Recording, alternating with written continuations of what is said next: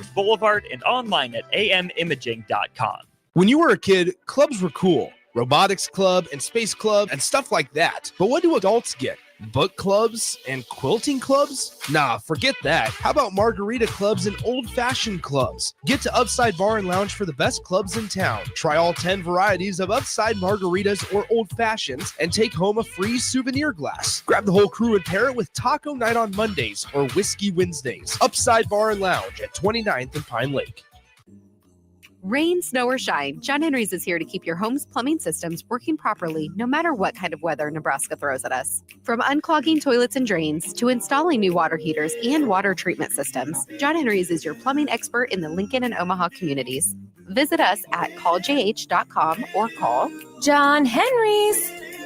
435-5555. John Henry's Plumbing, Heating and Air, and Electrical. Landmark Implement, your local John Deere dealership, is hosting their annual Planter Clinic at the Adams County Fairgrounds in Hastings, February 19th and 20th. This hands-on event offers expert training on John Deere planters and performance upgrades, covering topics such as new technology, in-cab monitors, maintenance points, and options to increase your operations profits. New this year, classes on autonomy preparation and exact shot. Don't miss Landmark's Planter Clinic, February 19th and 20th in Hastings. Learn more at landmarkimp.com/events. This is the Adam Carriker Show. Position right of the quarterback, out of the shotgun, 1st and 20. Jailbreak screen in the air. It is tipped. It is intercepted by Carriker at the Missouri 21-yard line. Live from the heart of Lincoln, America, 8-year NFL vet and All-American defensive lineman Adam Carriker. Shotgun snap to Everidge. He's got the left arm going, and now he's got a whole lot of Adam Carriker who rips him down inside the 25-yard line. On 93.7 The Ticket and theticketfm.com. Here is your host, Adam Carriker. Welcome in, that mic on. Welcome in, ladies and gentlemen, to the Adam Carriker Show here on 93.7 The Ticket. I was going to say it's a glorious day outside. That depends on your definition of glorious, because to me, every day is glorious. So, ladies and gentlemen, it is indeed a glorious day outside, heading into a phenomenal weekend.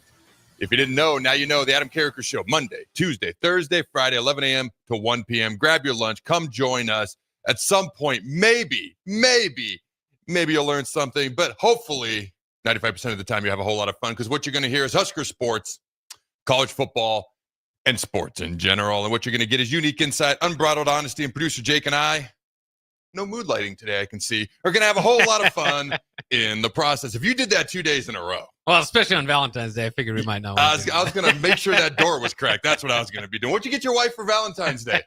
Anything? Yeah, and I forget what the word is, but yeah, like an exercise board. It's called a gift. Yeah, a gift, yeah. You got her. Oh, hold on. You got her an exercise board for Valentine's Day? She asked for it. It was not a surprise gift.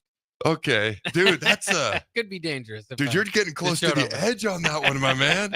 I got to know from the text line, even if the wife requests it, is an exercise board an okay Valentine's gift? I just have to know. I'm not judging. I'm judging a little. I'm not judging you that much, Jake. You're such a nice guy. You going anywhere tonight with the wife? Got any big plans? We're gonna postpone our Valentine's Day. We just got some work and stuff going on, but yeah, we'll postpone till Monday. We'll enjoy. There's nothing wrong with that. So I'm trying to lose the weight. Okay, so Friday's like, for whatever reason, I'm actually successfully starting to go downward. By the way, and finally the scales stop being a raging jerk to me. Well, a little less of a raging jerk. Still not as nice as I would like, but we're finally progressing in the right direction. I changed one thing, and it seems to have helped. Now, before I divulge what that is, I want to see the scale continue to be in my favor, and then I can say, hey, this definitely worked. Right now, I think it's working. It's a short-term thing. I want to see it for like a week or two, and then I can talk about it a little bit more. All right, but today's Valentine's Day. And we're like going to go out for a big meal and go on an actual date, go to a movie, something we don't get to do very often with 6 kids, youth sports, running our own business, doing this thing. Phenomenal show here at the Carriker Chronicles. I'm sorry, the 93.7, The Ticket, the Adam Carriker Show, if I could say that properly. And I'm like, this is like a big workout day. This sounds so weird. This is when you know you've been married for a while. You can be truly honest with each other. No holds barred. I'm like, can we just put it off till Saturday? Because I'm hoping I can lose a little bit more weight on this particular day, because this workout is insane. Every Friday is like the biggest workout day. She's like, no problem. So we're actually going to go out for breakfast. Okay. We're splitting it. We're splitting the date. This is when you know you've been married for 18 years, been together 21 years, and have 6 kids. Nothing wrong with this, by the way, which is why I got nothing but love for you and your wife's plan. We're going to go out for breakfast because if you eat a big meal later in the day, you're more likely to not lose weight and or put on weight. So we're going to go out for a bigger breakfast. And then we have some kids' sports in the middle. So it also works schedule-wise for us. And then in the evening, we're going to go to a movie. The new Mark Wahlberg movie. I don't even remember what it's called. She really wanted to see it. I'm like, hey, it's not smoochy smooch rom-com stuff, so let's go. There's like shoot 'em up, and I think he's actually the bad guy in this movie. I don't even know what it's called. I was just happy. She's not a big rom-com person anyways, but I was just happy. I was like, yeah, it's a movie I could get behind. I've seen the previews enough to know that it looks interesting to me. Do you happen to know what it's called? Is it Flight Risk? Yes. Okay. Yes, it's Flight Risk. It looks like a pretty good movie, right? I'm just looking it up now. I'm not sure. I've seen the previews. All right, if anybody's seen the movie, let us know on the text line. What is that text line number there, Jake? 402-464-5685. Is the exercise board acceptable? And if you've seen this movie, is it a good watch or not? And if it's not, just don't text in because I'm going to go watch it anyways. No, give us your honest feedback and responses. And in the meantime, I saw this like 10 years ago, and I randomly came across this screenshot that I took 10 years ago last night because I was looking for something else. But here it is. It actually fits Valentine's Day. Girls can love Ryan Gosling all they want, but don't forget that he was an absolute liability at cornerback, and remember the Titans. And ladies and gentlemen, that's all that matters. Being an absolute liability at cornerback. Cooper DeJean, he is not, and that's okay. All right, Jake. All right, so here's what we got today. Anything from the text line real quick? It looks like somebody said they're taking their wife to the Stars game tonight because she's my hockey buddy. Ooh, I like that. Hey, I like deal. that. That's like the unique to that specific relationship romanticism that is truly special. I like that. And Crowbait says the movie was okay. Take it or leave it, not too bad. Well, you were only supposed to send in positive things to get me excited. I'm still excited to go see it. You guys should eat at Wahlburgers before then. Just to okay. bring, well, maybe that's too much Wahlburg for Valentine's Day. I don't know. That's an awful lot of Mark Wahlberg, Marky Mark. Remember that insanely awkward interaction him and Eminem had on TRL? Remember Total Request Live with Carson Daly on MTV back? Remember that insanely awkward interaction they had? Because like Mark Wahlberg basically said, I forget what he said. Paraphrasing, he was the best white rapper ever.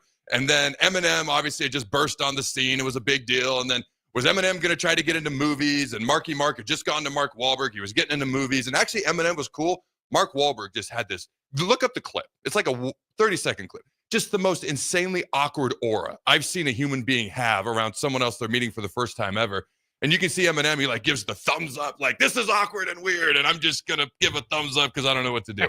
If you've never seen that clip, it is worth looking it up real quick. It may not even be 30 seconds long. All right, ladies and gentlemen, we got women's basketball. They got a big win last night.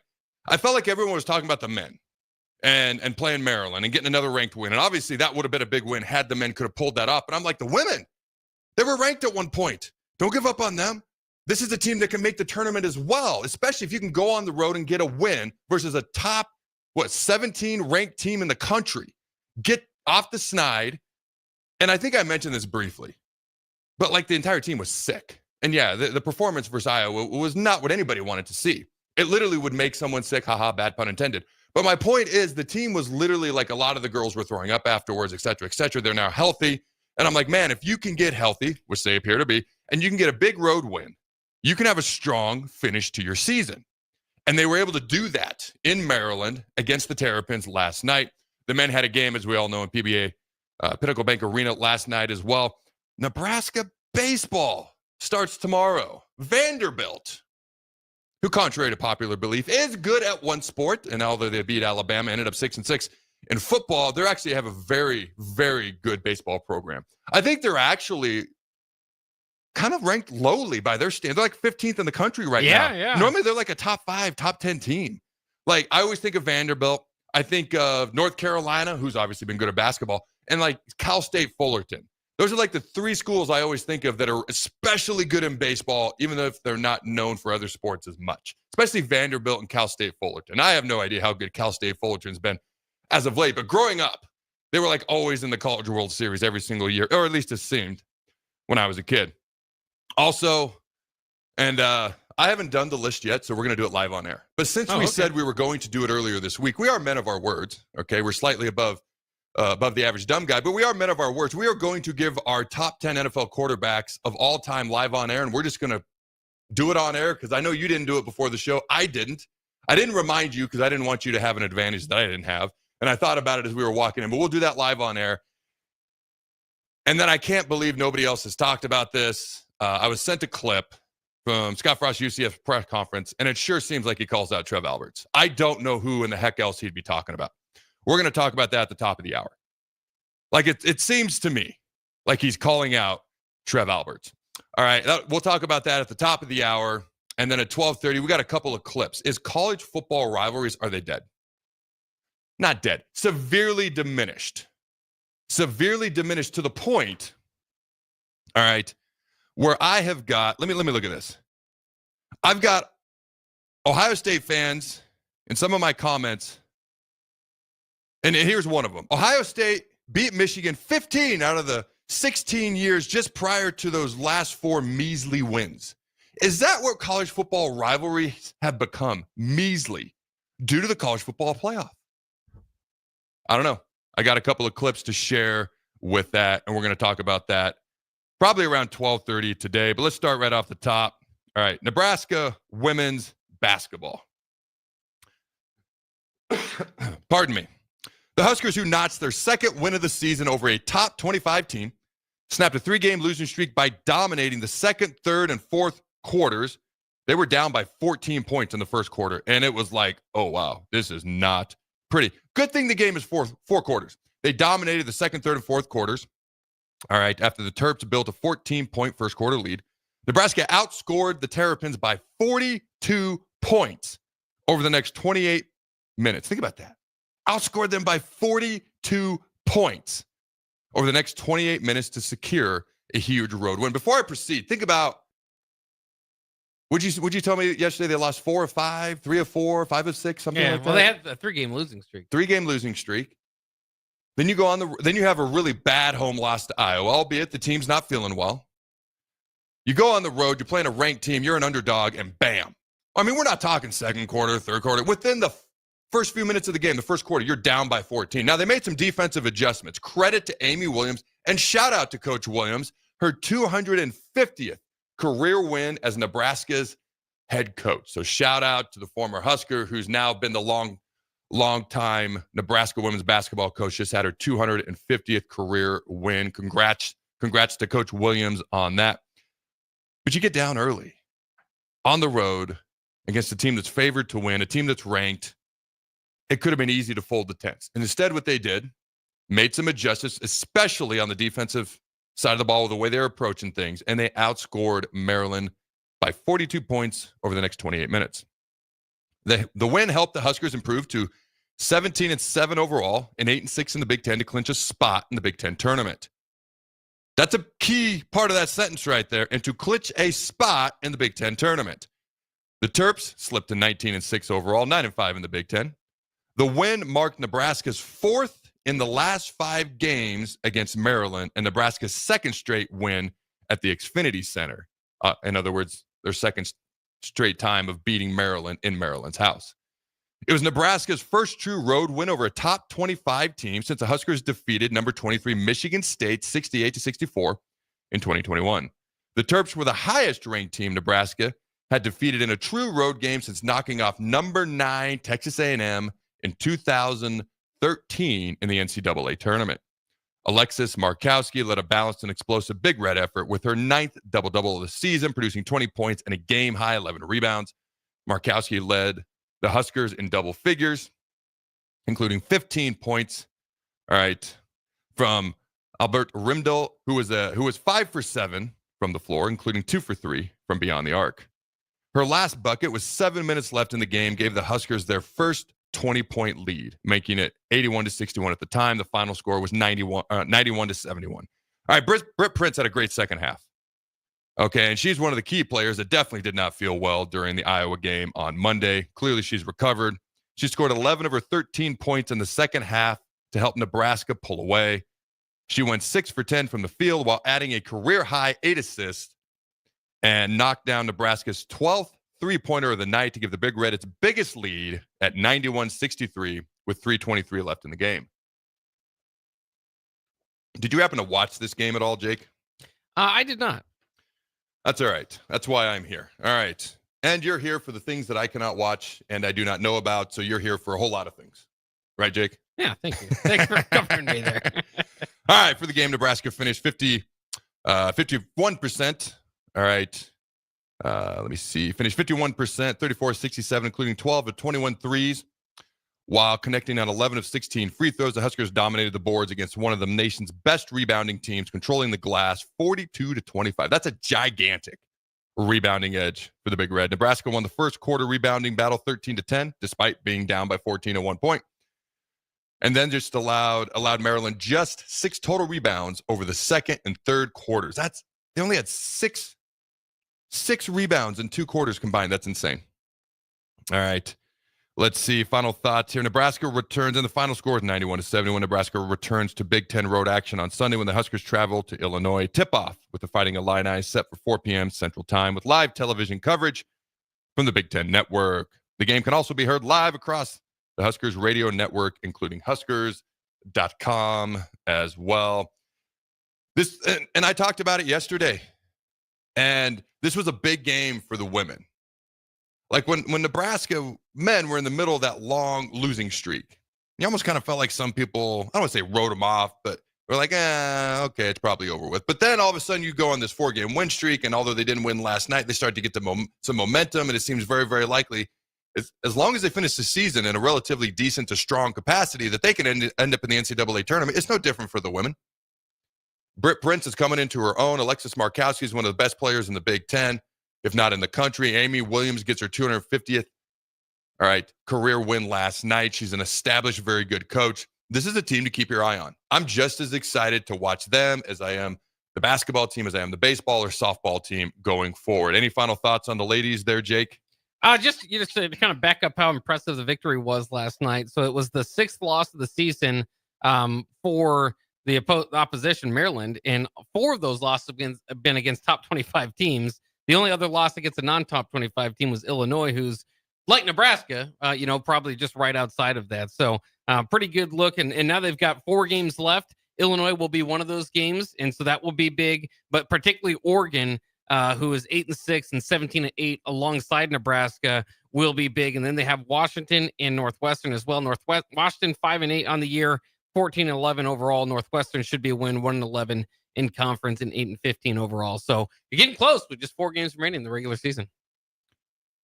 I feel like they do. They have a really good chance to make the NCAA tournament, just like the men do, but they do got to finish strong. So that was a big win last night for the ladies. All right, talking about the men, and they battled hard.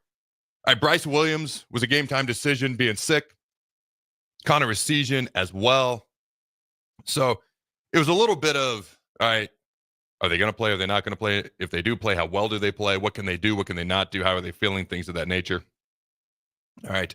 Maryland ends up getting the victory 83-75 in a hard-fought game. It did. And just watching the game, it just kind of felt like Maryland was the better team on that night. I just had that feeling the whole night. Like they'd get up by like 5, 7, 8. Nebraska would close it to 2 or 3. But then as soon as Nebraska would get it within striking distance, like Maryland would just, they'd pull it away just to look, not like pull away like 15, 20 points, but they'd get within like 7 to 8 points, that lead, which ultimately they ended up winning by 8. So it was a hard-fought game for the Huskers. I would not like say, well, it's disappointing you lost. I would not sit here and say, oh, that's a bad loss. Okay, you have bad losses at times during the season. When you're up by 15 points at Iowa and you lose, that's a bad loss. I would not say this was a bad loss. I would say they battled. Maryland was clearly the better team last night. All right, and who knows, maybe we'll see them again in the Big Ten tournament. But Juwan Gary led Nebraska with 22 points, his 5th 20-point game this season and 8th of his career. Bryce added 20 points for his 5th straight 20-point game. His 5 consecutive 20-point games matches the most by a Husker in the Big Ten era. All right, Keisei Tominaga did it in 2023. Overall, Williams scored at least, 20 points for the 13th time this season. His 13 20-point games have tied Taryn Petaway, all right, for the most 20-point games in a season since Nebraska joined the Big Ten. Nebraska made 16 of 17 free throws in the game, finishing with a season high 94.1% from the charity stripe. Other than that, Nebraska really didn't shoot very good. All right. Maryland outshot us by 16% from the field, 59% to 43%. Outshot Nebraska beyond the arc by, let me see here, 11%, 47% beyond the arc were the Terrapins. The Huskers were 36%. All right, so that was a big impact and difference maker as well. All right, Gary and Williams each scored 20 points in the game for the fourth time this season. Overall, Nebraska has had 5 games this season with 2 players scored 20 points or more. The majority of those players have been Gary and Williams. Andrew Morgan had 15 points in the game. That marked his second highest scoring game of the season, trailing only the 17 points he had at Maryland on January 19th earlier this year. In 2 games against the Terrapins, Morgan was 12 of 18 from the field and scored 32 points. All right, let's see here. Nebraska forward Juwan Gary, or I guess it was Juwan Gary. I might have misspoke earlier. I'm battling injuries and sickness tonight, and I quote, "It's tough, especially at this point in the season. For sure, you never think that the day of the game you might get sick, but that stuff happens. Life happens. But at the end of the day, I told Bryce Williams and Connor Essegian, I got y'all's backs. I don't care if I have to play 40 minutes, which I did today. I knew guys weren't 100%. I know I was, so they needed my voice for sure today. They needed me to help them out, and I was definitely going to do that. Like I said before, we had no urgency. We had 2 guys not at 100% and 1 guy down, but at the end of the day, that still doesn't define what we did today. We didn't come out with any intensity, no toughness, nothing like that. And when we did, it was too late.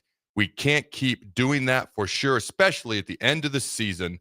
End quote. What are your thoughts on Juwan's comments there, Jake, after the game? Yeah, I mean, it's interesting because he did play 38 minutes. Bryce Williams also played 38 minutes. So even though he was sick, and you could tell he wasn't quite himself, but was able still to have an effective day. But, that's just kind of where Nebraska was. And, this is one of those games Nebraska did lose in the paint. They did lose rebounds, but it's not one of those things like, well, it's because they didn't box out or they didn't try hard enough. Maryland's got some bigs, and sometimes you just got to give credit to the other team.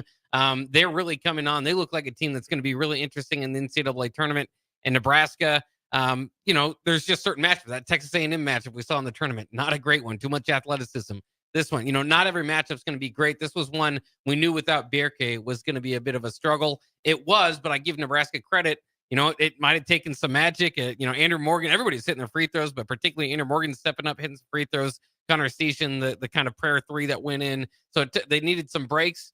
And I thought it was pretty good for how they fought in there. All that to be said, I do kind of want to get your thoughts because, you say it's not a bad loss and all that. And I agree, it was a good team. I just kind of went through why Nebraska probably wasn't going to win that game. But 3rd loss in 5 home games for Nebraska.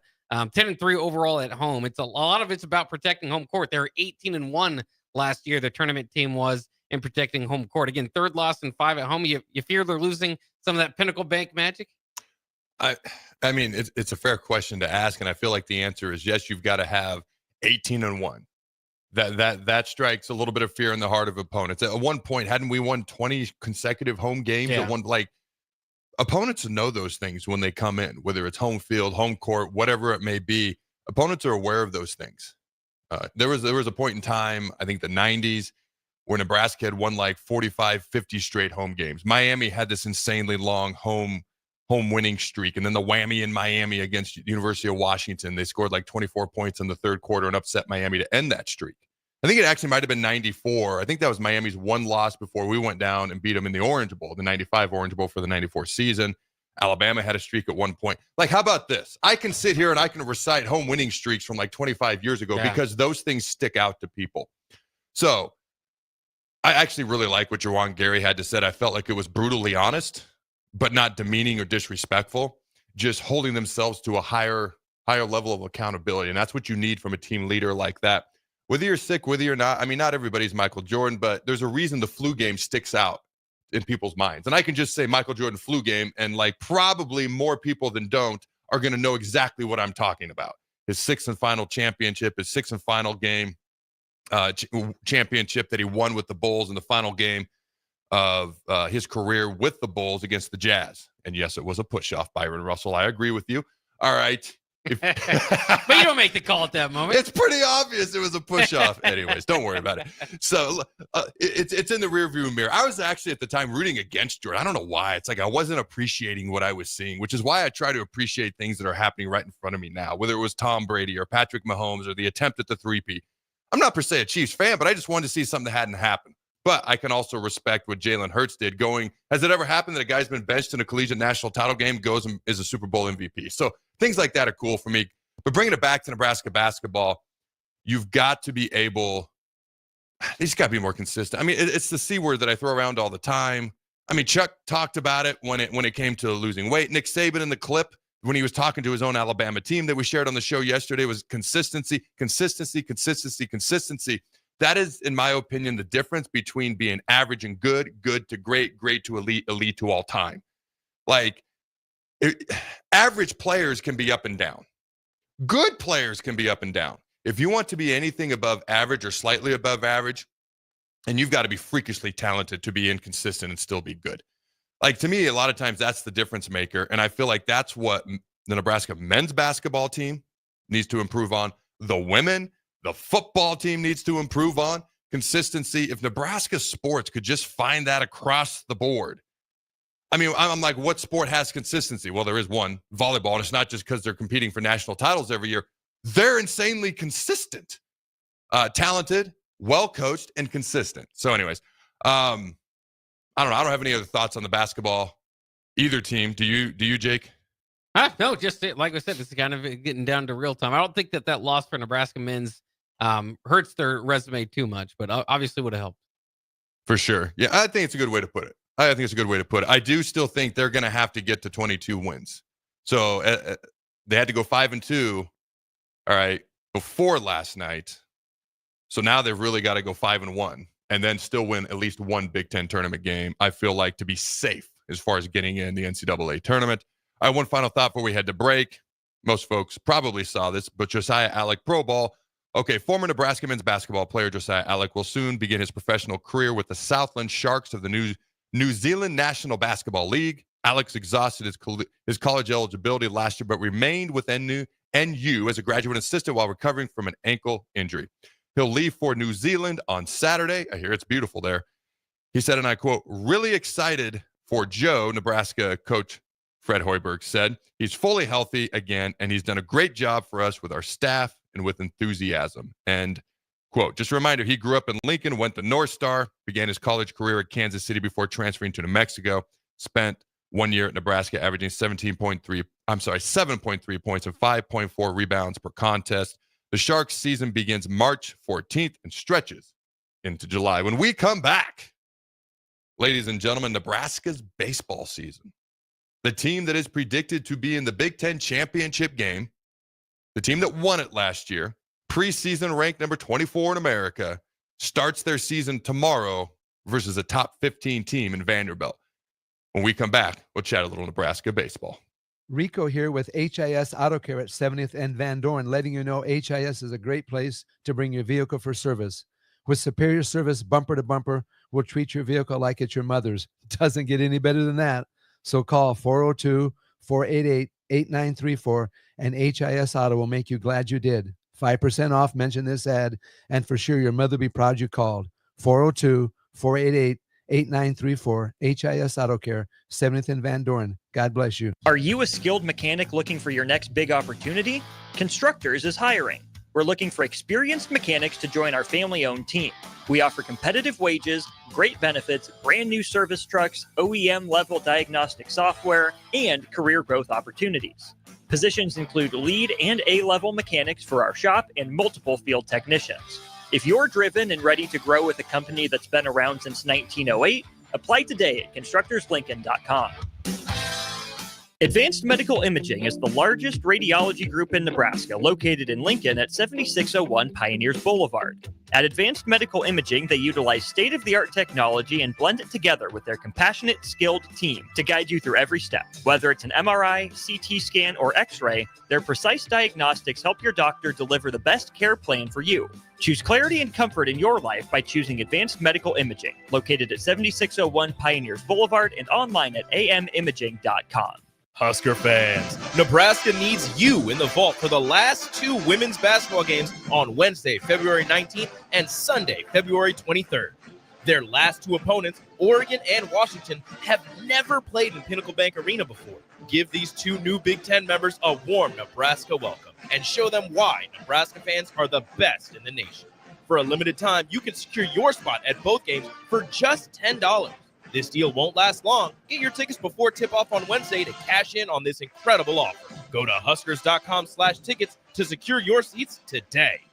Landmark Implement, your local John Deere dealership, is hosting their annual Planner Clinic at the Adams County Fairgrounds in Hastings, February 19th and 20th. This hands-on event offers expert training on John Deere planners and performance upgrades, covering topics such as new technology, in-cab monitors, maintenance points, and options to increase your operations profits. New this year, classes on autonomy preparation and exact shot. Don't miss Landmark's Planner Clinic, February 19th and 20th in Hastings. Learn more at landmarkimp.com/events. When you were a kid, clubs were cool. Robotics club and space club and stuff like that. But what do adults get? Book clubs and quilting clubs? Nah, forget that. How about margarita clubs and old-fashioned clubs? Get to Upside Bar and Lounge for the best clubs in town. Try all 10 varieties of Upside margaritas or old fashions and take home a free souvenir glass. Grab the whole crew and pair it with taco night on Mondays or whiskey Wednesdays. Upside Bar and Lounge at 29th and Pine Lake. Your home is your empire. Protect it with Empire Fence. Get a free instant quote with the online estimating tool at empire-fence.com. See an upfront estimate with no hidden fees. An Empire Fence can provide privacy and improve the appearance of your home. Keep kids and pets in or out of your yard. Increase security and add value to your property. Visit empire-fence.com now to view the stylish and maintenance-free possibilities for your home and get a free instant online quote. Let Empire Fence protect your empire. Rain, snow, or shine, John Henry's is here to keep your home's plumbing systems working properly no matter what kind of weather Nebraska throws at us. From unclogging toilets and drains to installing new water heaters and water treatment systems, John Henry's is your plumbing expert in the Lincoln and Omaha communities. Visit us at calljh.com or call John Henry's. 435-5555. John Henry's Plumbing, Heating and Air. and electrical. Hi everyone, Kendall Warnock, A1 Automotive in downtown Lincoln. The last few years have been wild, but we've been here for you through all the ups and downs, and we'll be here for you when you need us the most, for all your travels and for your day-to-day driving. With winter conditions causing problems all over town, the last thing anyone needs this year is constant car troubles. Let us help you drive in peace and make sure you drive to work and to winter destinations safe. A1 Automotive, 11th and L Street downtown, always honest answers. What's going on, fans? This is Lexi Rodriguez, four-time All-American at Nebraska and now proud member of Omaha's newest professional team, Love Omaha Volleyball. League One Volleyball is bringing the heat this year. Don't miss your chance to see Olympians, national players, and national champions right here in Omaha from now through April. We can't wait to see you cheering us on in the stands. Visit lovboma.com to buy single match tickets to see me and Love Omaha Volleyball in action this season. Go Big Green! In every office, there's two types of people. There are those who bring in bagels and those who eat the bagels that someone else brought in. Everybody likes the first person. Be that first person. Weekday mornings at 7:30, you have a chance to win a business box of bagels from Bagels & Joe. All you have to do is shut up, Sipple. 2 questions for you, 2 for Sip. Win and the bagels are yours. Lose, well, you don't want to lose. You lost Monday, you lost Wednesday, you're a loser. Shut up, Sipple. Weekday mornings at 7:30, brought to you by Bagels & Joe. This is the Adam Carriker Show on 93.7 The Ticket and theticketfm.com.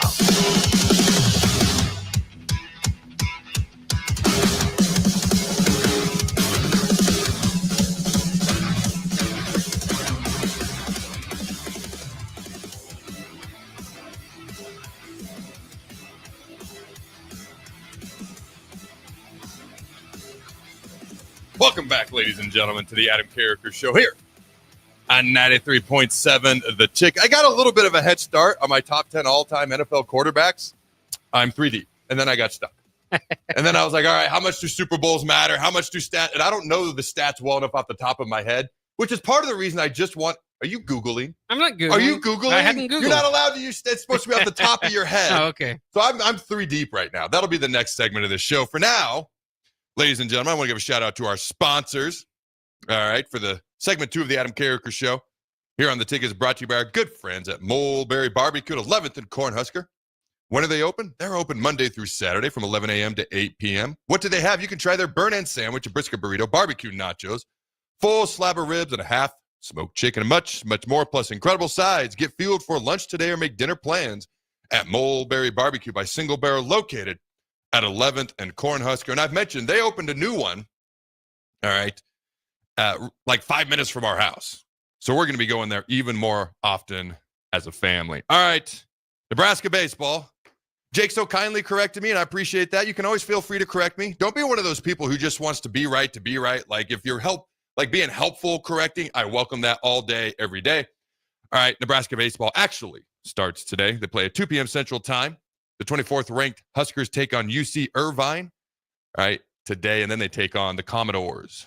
They're still the Commodores, right? All these teams keep, like, it used to be the Golden Buffaloes, and then all these, like Colorado, and then there was another Golden something or other out there, and now they got rid of the Golden. Anyways, the Vanderbilt Commodores, who are actually number 16 in the country, on Saturday. All right, so I want to give a shout out to Evan Bland.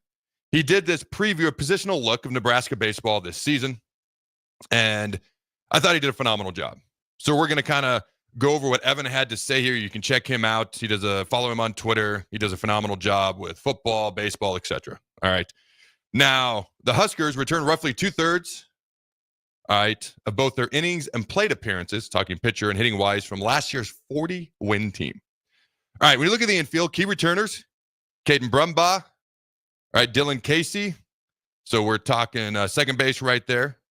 Shortstop, Will Jeske, a sophomore, all right, also plays, looks like catcher and outfield as well. But Joshua Overbeek, all right, senior, third base.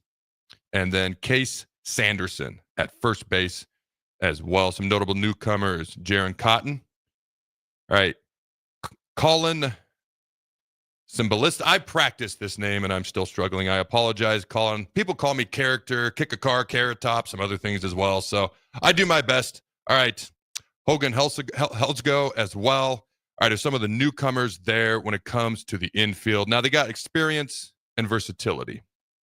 All right, Carey's a third-year starter entering his second season at shortstop.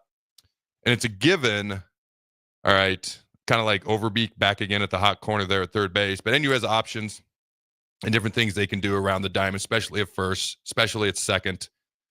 All right, when you think about Brumbaugh, Stokes, got the big bats. They were hot at times last year. All right. And guys you can move around the diamond. Brumbaugh can also play outfield as well. Leadoff hitter. So in the infield, they've got a lot of returning experience on this entire team as a whole. They've got a lot of versatility with things that they can do, especially compared to some of the recent Husker baseball teams. And I think this is probably going into a season as high of an expectation as people have had for Nebraska baseball in a while. And if you look at the top 25 teams in the country, it's in the Big Ten, Oregon at 12, Nebraska at 24. Now, if you go through some of these other teams, and this is where I kind of said, like, I got riled up a little bit yesterday. Like, all of a sudden, the SEC is good at basketball. They're not allowed to be good at basketball because I will readily say the Southern teams are, as an overarching whole, a little bit better in baseball and softball. It's easier to play those sports in warm weather. You know, that just kind of makes sense. They're not as good as they think they are in football, but they're not allowed to be good at basketball. But you look at these top teams, it's like Texas A&M, you got LSU, you got Tennessee, you got Arkansas, North Carolina. There's Oregon State, non-power 4 team there. Georgia, Florida State, Florida. The Florida teams are almost always good. You got Duke, you got NC State.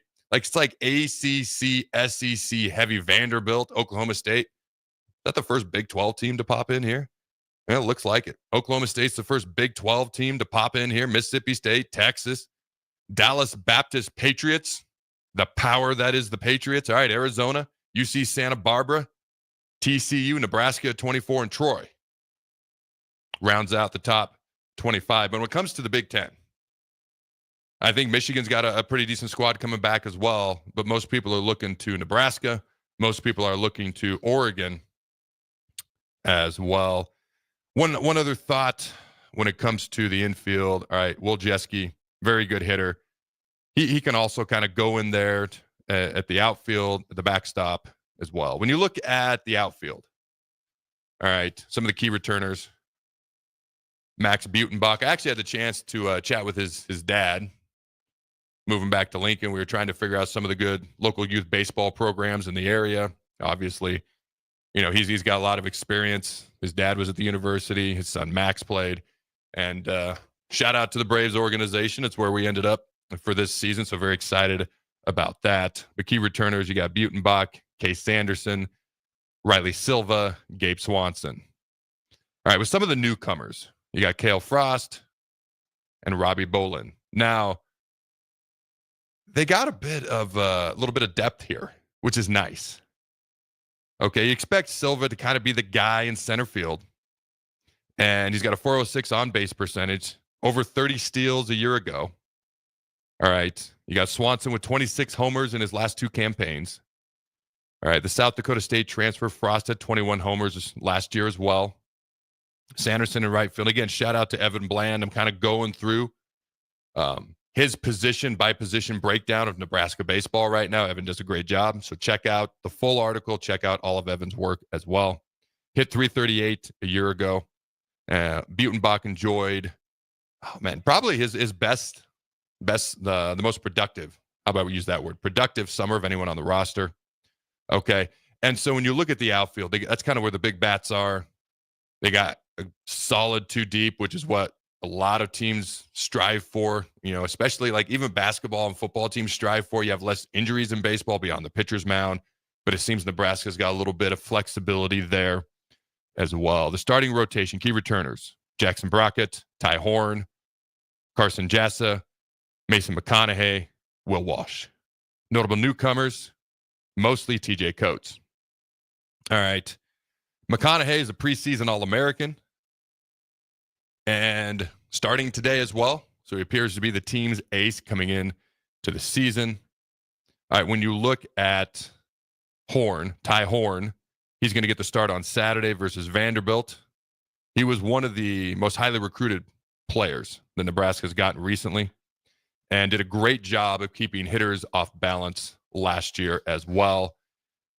When it comes to the field, when it comes to the infield, the outfield, they got experience. They've got a lot of guys coming back. And I think that's something that's really going to help the Huskers with the starting rotation and pitching. Is there a clear-cut ace? Do you find 3 or 4 solid starters that you can depend on? And out of the bullpen, who's your first guy in a jam? Who's your closer? Who do you rely on? Okay, so some of the notable newcomers, Luke Broderick, Price Bender, both right-handed pitchers. All right, key returners, Jalen Worthley, Tucker Timmerman, Greg Clevenger, Caleb Clark, Drew Christo, and I leave anyone out. Tucker Timmerman, I think I already said him. And so when you look at this is a team, like you look at Worthley, Christo, and Timmerman, they rate high on a list when it comes to arm strength, arm power. Okay. A crowd of touted freshmen likely have the luxury to ease into college ball because of the experience they have in the pen. They've got some talented kids coming in. And in baseball, guys tend to play a little bit earlier than other sports, although football has changed. Obviously, basketball is completely different. So that's probably different than it used to be. But these are guys you can take your time with them, let them develop, let them improve, let them get better. You don't have to rush them out there on the mound if you're not comfortable with them. All right. Bender. I believe I mentioned Bender a minute ago. Pretty impressive last fall. And he has a velocity of the low 90s. So keep your eye on him coming out of the pen as well. What are your thoughts on Nebraska baseball entering this season, Jake? Kind of the expectations. We're staring outside in snow. Yet we've been playing softball. Now we're getting ready to play baseball. Preseason ranked. And a lot of people think this team can be at least in the Big Ten championship game. Yeah, it's kind of fun just to kind of jump in from basketball in when you're talking about men's and women's and kind of fighting to get up to the kind of upper half of the conference, where baseball and softball, they come in with the expectations to be number 1 or number 2, to be right up there to try to, obviously, if you're at number 2, even, you're expecting to win the thing. So it's going to be exciting. Obviously, you bring in some of those West Coast teams for in the Big Ten, but Nebraska hopefully has got it reeling here. Let me ask you this, because they've got 4 games over the next, and I could tell by your comments earlier about Cal State Fullerton, who might that a little bit about your baseball history. A smidge. My family lives right by Cal State Fullerton campus, so I've visited the campus before. Nice little Augie Garrido statue out front. He took them to the College World Series before going to Texas. But in any case, the first 4 games, they have UC Irvine, Vanderbilt, San Diego State, and Grand Canyon. Of those 4 teams, 3 of them made the NCAA tournament last year. Which one did not? So it's UC Irvine, Vanderbilt, San Diego State, and Grand Canyon. So the one my mind goes to is Grand Canyon, but I feel like I don't like the look on your face right now. You got like an evil look, like I've got him. He doesn't know. It's going to be tough. I feel like there's a trick part of this question. I feel like I should almost say Vanderbilt the way I don't know the answer, the way I pumped him up earlier. The seemingly obvious answer is Grand Canyon. The one that would be the surprise answer is Vanderbilt. Then you've got San Diego State, UC Irvine. UC Irvine's pretty good at baseball. I know that as well from over the years. I don't freaking know. I'm going to go with San Diego State. Great pick. They play at Tony Gwynn Park. But yes, they were 17-37 last year and have not been in the NCAA tournament since 2018. They've had guys like Mark Grace, Travis Lee, obviously, like I said, Tony Gwynn go through the program, but they've struggled a little bit. I didn't think you'd go with the big surprise. I didn't think you'd go with the obvious. I know UC Irvine's pretty good. Nothing like the process of elimination and just getting purely lucky at the end of it. All right, ladies and gentlemen. Oh, real quick, before we head to break, and then we are going to discuss the greatest NFL quarterbacks of all time when we come back. And then did Scott Frost call out Trev Alberts? I don't know how you come to any other conclusion after we play the clip. That'll be at the top of the hour. But real quick, all right, the Huskers host wrestling and 21st ranked Indiana Hoosiers. Come support the 5th ranked Nebraska wrestling team. Their final home duel of the season. They face 21st ranked Indiana. It's senior night. Don't miss your chance to celebrate the senior class. That's this Sunday, February 16th at 12:30 p.m. Let's see. I had a couple other things here. Number 15, Nebraska men's gymnastics team hosts number 11 Greenville in their home opener. All right, that's this Saturday, February 15th at 1 p.m. Will be streamed live on Big Ten Plus. A Big Ten championship celebration and an autograph poster session will follow the meet as well. All right, and then let's see what else we got here. Former Nebraska volleyball libero Lexi Rodriguez has been named a semifinalist for the AAU Sullivan Award. In total, 39 athletes, each at the top of their respective sports, have been chosen as semifinalists for the 95th AAU James E. Sullivan Award. Since 1930, the AAU James E. Sullivan Award, that is a lengthy name, although very prestigious, has been presented to the most exceptional athlete at the collegiate, Olympic, or similarly other elite level in the United States, as well as honoring athletic excellence. The AAU Sullivan Award also recognizes the chosen athlete's character and honors their quality of leadership, citizenship, and sportsmanship. A 1-week voting period for fans to determine the finalists will open to the public on February 18th and will close on February 25th. The winner of the 95th AAU Sullivan Award will be announced at an awards ceremony on April 15th at the New York Athletic Club. This is a pretty cool thing she's up for. The winner will join a renowned list of recipients that includes people like Caitlin Clark, all right, the only 2-time winner of the award.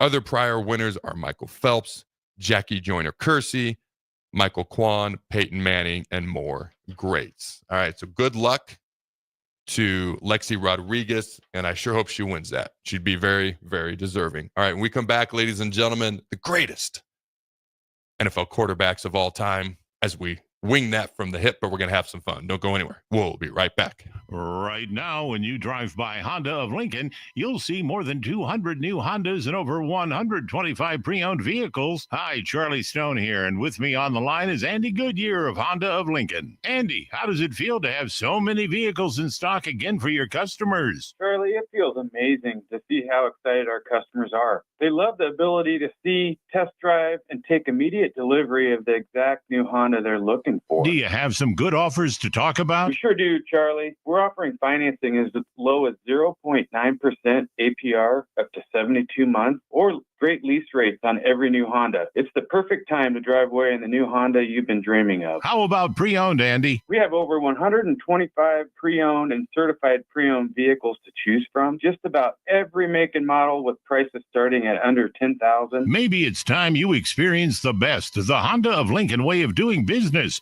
27th and Yankee Hill Road, or online at hondaoflincoln.com. Husker fans, Nebraska needs you in the vault for the last two women's basketball games on Wednesday, February 19th and Sunday, February 23rd. Their last two opponents, Oregon and Washington, have never played in Pinnacle Bank Arena before. Give these two new Big Ten members a warm Nebraska welcome and show them why Nebraska fans are the best in the nation. For a limited time, you can secure your spot at both games for just $10. This deal won't last long. Get your tickets before tip-off on Wednesday to cash in on this incredible offer. Go to huskers.com/tickets to secure your seats today. Hi, everyone. Kendall Warnock, A1 Automotive in downtown Lincoln. The last few years have been wild, but we've been here for you through all the ups and downs, and we'll be here for you when you need us the most.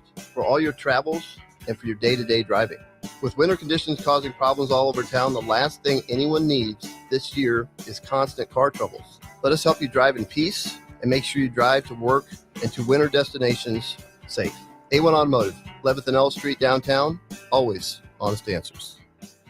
Empower a child today with the Teammates Mentoring Program. Hope is only a conversation away when you choose to share your talent, time, and heart with a child. Together, you can build a relationship based on strengths and chart a brighter future, 1 week at a time. Find out how you can be a mentor by visiting LincolnTeammates.org. Become what you needed as a kid by joining the Teammates Mentoring Program today. Salt Mine City is not only Lincoln's newest brewery, but they're also now serving food. Enjoy a full menu of great items daily for lunch and dinner, like their peanut butter and jelly burger with bacon and cheddar cheese, or a Reuben sandwich served on Blackstone rye bread. Don't forget their beef or chicken nachos with guacamole, sour cream, jalapenos, and more. Wash it down with one of their 12 beers on tap, including the popular Single Axle Light American Lager. Salt Mine City, now open 11 a.m. every day but Mondays at 8th and R.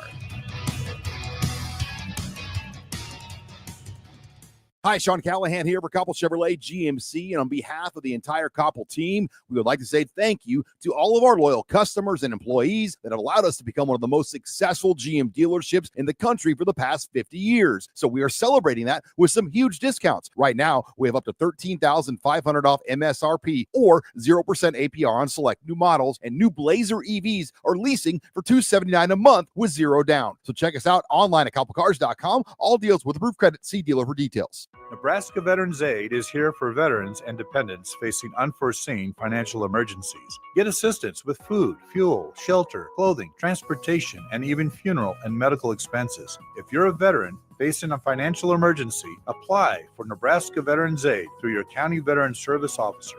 Learn more at veterans.nebraska.gov/NVA.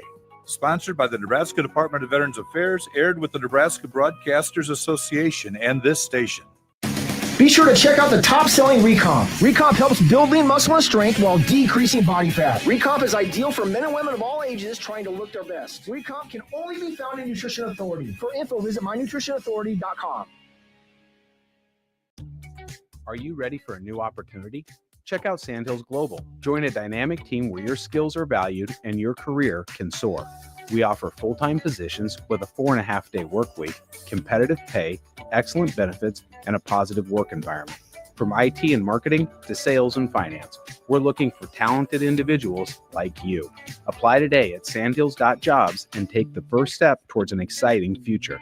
That's sandhills.jobs. Don't wait. Apply now. What's going on, fans? This is Lexi Rodriguez, 4-time All-American at Nebraska and now proud member of Omaha's newest professional team, Love Omaha Volleyball. League One Volleyball is bringing the heat this year. Don't miss your chance to see Olympians, national players, and national champions right here in Omaha from now through April. We can't wait to see you cheering us on in the stands. Visit lovboma.com to buy single match tickets to see me and Love Omaha Volleyball in action this season.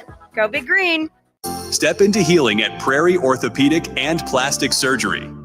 Our team of top-notch medical professionals turns pain into progress, with state-of-the-art treatments and compassionate care. Visit prairieortho.com and discover the difference in quality orthopedic and plastic surgery services tailored to your unique needs.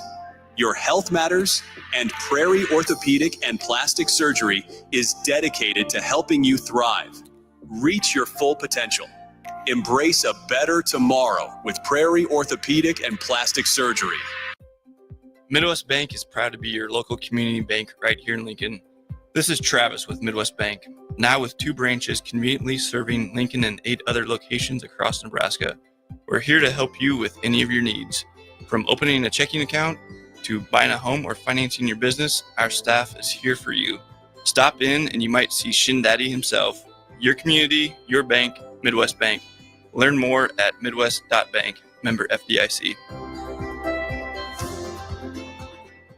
Have you been injured in an accident and don't know where to turn? Do you need a lawyer you can trust to handle your case with professionalism and compassion? The attorneys at Liberty Law understand that a call to an attorney is a call for help. If you've been injured, we want to help you. Liberty Law's experienced attorneys are committed to the pursuit of justice for those injured. Contact us for a free consultation by calling 877-42-LIBERTY. Call Liberty Law and find out how we can help get you the compensation you deserve. Call 877-42-LIBERTY. Liberty Law Group. Trial attorneys you can trust. This is Lincoln's home for sports talk on the FM dial. Also online at theticketfm.com. On the internet. KNTK FM Firth, 93.7 The Ticket. This is the Adam Carriker Show on 93.7 The Ticket and theticketfm.com.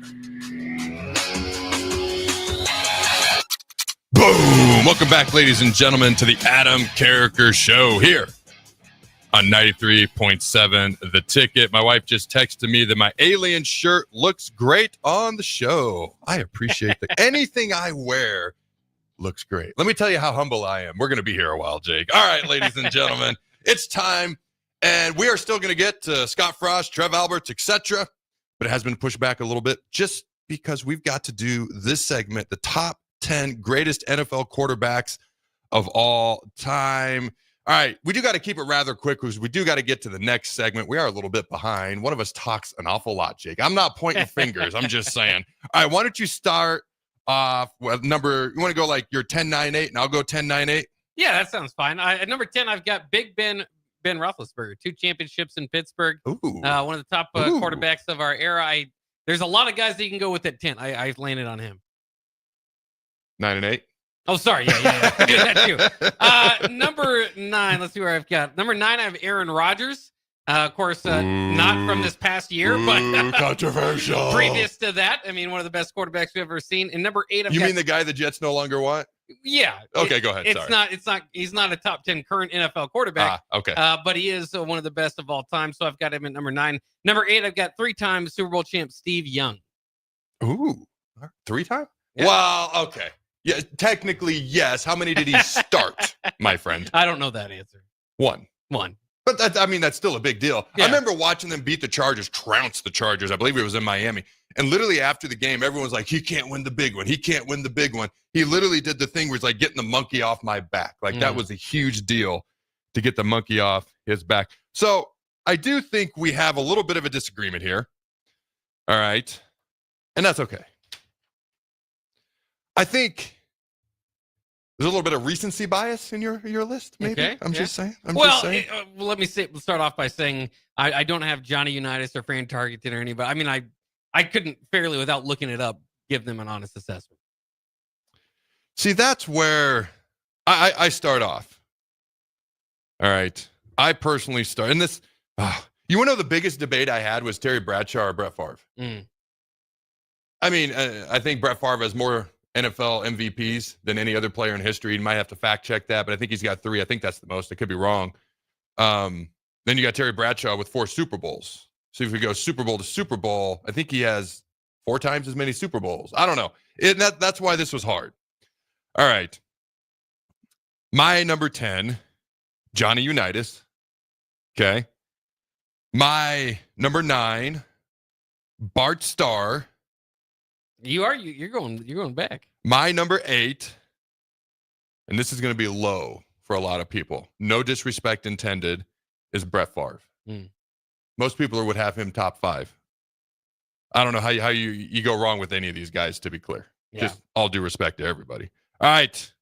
And let us know on the text line who do you agree with? Who do you disagree with? Who have we left off the list? Who's way too high? Who's way too low? What's that number, Jake? 402-464-5685. All right. What is your 7 and 6? We'll stop before the top 5. All right, this is generally where people get upset at me. Dan Marino, I have at number 7. Again, some people would have him higher. Never did win a championship. Oh, there it is. I hold that against him. No run game, no defense. Go ahead. That's right. At some point in your career, you've got to be able to find some teammates, maybe. 6, I've got Brett Favre. That's where I do have Brett Favre. Okay. All right. Not too different. All right. Who did I say was my 7? I can't read my own handwriting. Did I say Bart Starr? I said Brett Favre was number 7. Well, number 8. You've done 10 through 8, right? Or 8 through 10? 10 through 8. That is correct. I need to write more legibly. I was trying to go quick because there's so many people to choose from. I'm with you. My list of people that didn't make the list is as long as the list itself. Right. Like I've got Jim Kelly. I've got Aaron Rodgers on the list. I've got 3-time Super Bowl champ Troy Aikman, Frank Tarkenton, Ben Roethlisberger, Steve Young. The guys that didn't make it. That's crazy. All right. With all due respect to everybody. So I had Brett Favre at 8. Let's go. Man, I forgot. I never actually decided on this one. I literally have a tie. Is that right? Roger Staubach and Terry Bradshaw. I forgot to separate the two. I have them tied at 7. Okay, so I guess I've got 11 on my list. 6, I have Dan Marino, just outside the top 5. Yeah, same spot. Just outside the top 5. All right. Let's go one by one now at the top 5. All right, 5, I've got John Elway. Peyton Manning. Fair enough. Number 4, I've got Peyton Manning. John Elway. Flip a coin. Pretty good. Hold on. Before we go to the top 3, what are the folks on the text line saying? I'm sure there's some Dan Marino upset. No. Still looking for some text, guys. 402-464-5685. You disagree with our thoughts here or agree with them. All right. So Peyton Manning was in 4 Super Bowls, won 2. John Elway was in 5, won 2. I gave him the nudge because of the extra Super Bowl. Although Peyton's stats are technically, as crazy as it sounds, better than his. But go ahead. So top number 3, I've got Patrick Mahomes. All right. Patrick Mahomes is 3 as well. I've actually got a couple of interesting things here. So at the age of 29, Mahomes and Brady both at the age of 29 had 3 Super Bowls, have 3 Super Bowls, have, depending on who you're talking about. Mahomes, 245 career touchdown passes thrown, 147 for Brady. Interceptions thrown by the age of 29, 74 for Mahomes, 78 for Brady. Mahomes, 18 playoff wins. Brady 12 playoff wins. Mahomes, 2 MVPs. Brady, no MVPs at that point. Mahomes' record, 89-23. Brady, 70-24. Now, that's obviously just at the age of 29. Brady went on to play a lot longer than that. I just thought that was kind of interesting. And one thought on Terry Bradshaw, because I was like, man, I got to get him higher on my list. But this was a quote from way back in yesteryear from Terry Bradshaw. They don't consider me an elite quarterback. I won 4 Super Bowls in 6 years, twice back-to-back. No radio in my helmet. I called my own plays. No rules protecting me or my receivers. Says tuck rule. No Spygate. No shots here. No Deflategate. Just me and my men. That's quite the quote. I'd forgotten about the end of that quote. All right, go ahead, my friend. Who you got next? Number 2, Joe Montana. Our top 3 are going to be the exact same. Number 2 is Joe Montana. Who you got number 1? The GOAT, Tom Brady. The GOAT, Tom Brady. Do you penalize him at all for Deflategate, Spygate, etc.? You might want to. There's just too many wins. You know, it just adds up. Too many Super Bowl appearances, too many Super Bowl championships. Might have 1 or 2 been slightly tainted here and there, perhaps. But I mean, the career speaks for itself. Our top 5 was basically the same. 1 Brady for both of us, 2 Montana, 3 Mahomes. You had Manning at 4. I had Elway. You had Elway at 5. I had Manning at 5. You could flip-flop any of those. It's really after you get out of the top 5 that it gets interesting. Yeah, and Lamar Jackson certainly is another name to keep an eye on. Maybe should have won its 3rd MVP this past year. I mean, he's a guy Marino made a Super Bowl. Didn't win it. Lamar's got to get there. Yeah. I'm just saying. Regular season Lamar might already be there. But regular season Lamar. Ooh, that's a nickname that could stick that he would not appreciate, my friend. All right. Here's a couple of interesting thoughts. We'll go to break, then we'll chat. Scott Frost, possibly very most likely calling out Trev Alberts. All right. When it comes to Tom Brady and Patrick Mahomes, when Tom Brady is playing in the Super Bowl against Mahomes, Mahomes is 0-1. When Tom Brady is announcing the Super Bowl that Mahomes is in, Mahomes is 0-1. When Tom Brady isn't involved, Mahomes is 3-0 in the Super Bowls. Just say it. Just something to think about. All right, maybe don't have Fox cover the game next year. Just a thought if you make it, Chiefs. And let's see, another baseball thought. I forgot to mention this because the pitching staff is pretty strong.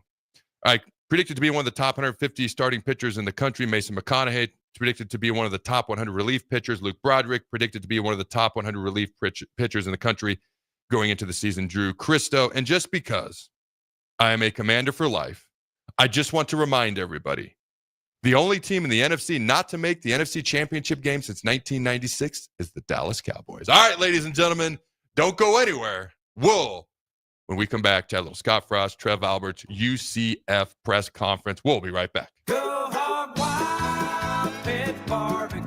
Hog Wild has a delicious way for you to enjoy beef brisket. It's our open-faced hot beef sandwich. We start with our grilled Texas toast. Add a scoop of creamy mashed potatoes. Load them up with some tender Hog Wild beef brisket and top it off with our tasty brown gravy. It's absolutely delicious.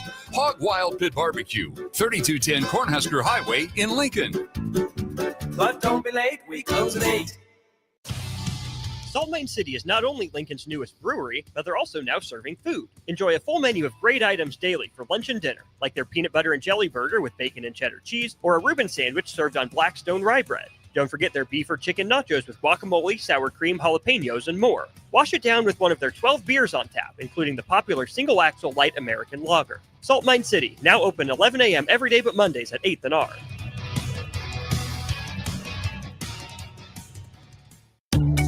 Are you ready for a new opportunity? Check out Sandhills Global. Join a dynamic team where your skills are valued and your career can soar. We offer full-time positions with a 4.5-day work week, competitive pay, excellent benefits, and a positive work environment. From IT and marketing to sales and finance, we're looking for talented individuals like you.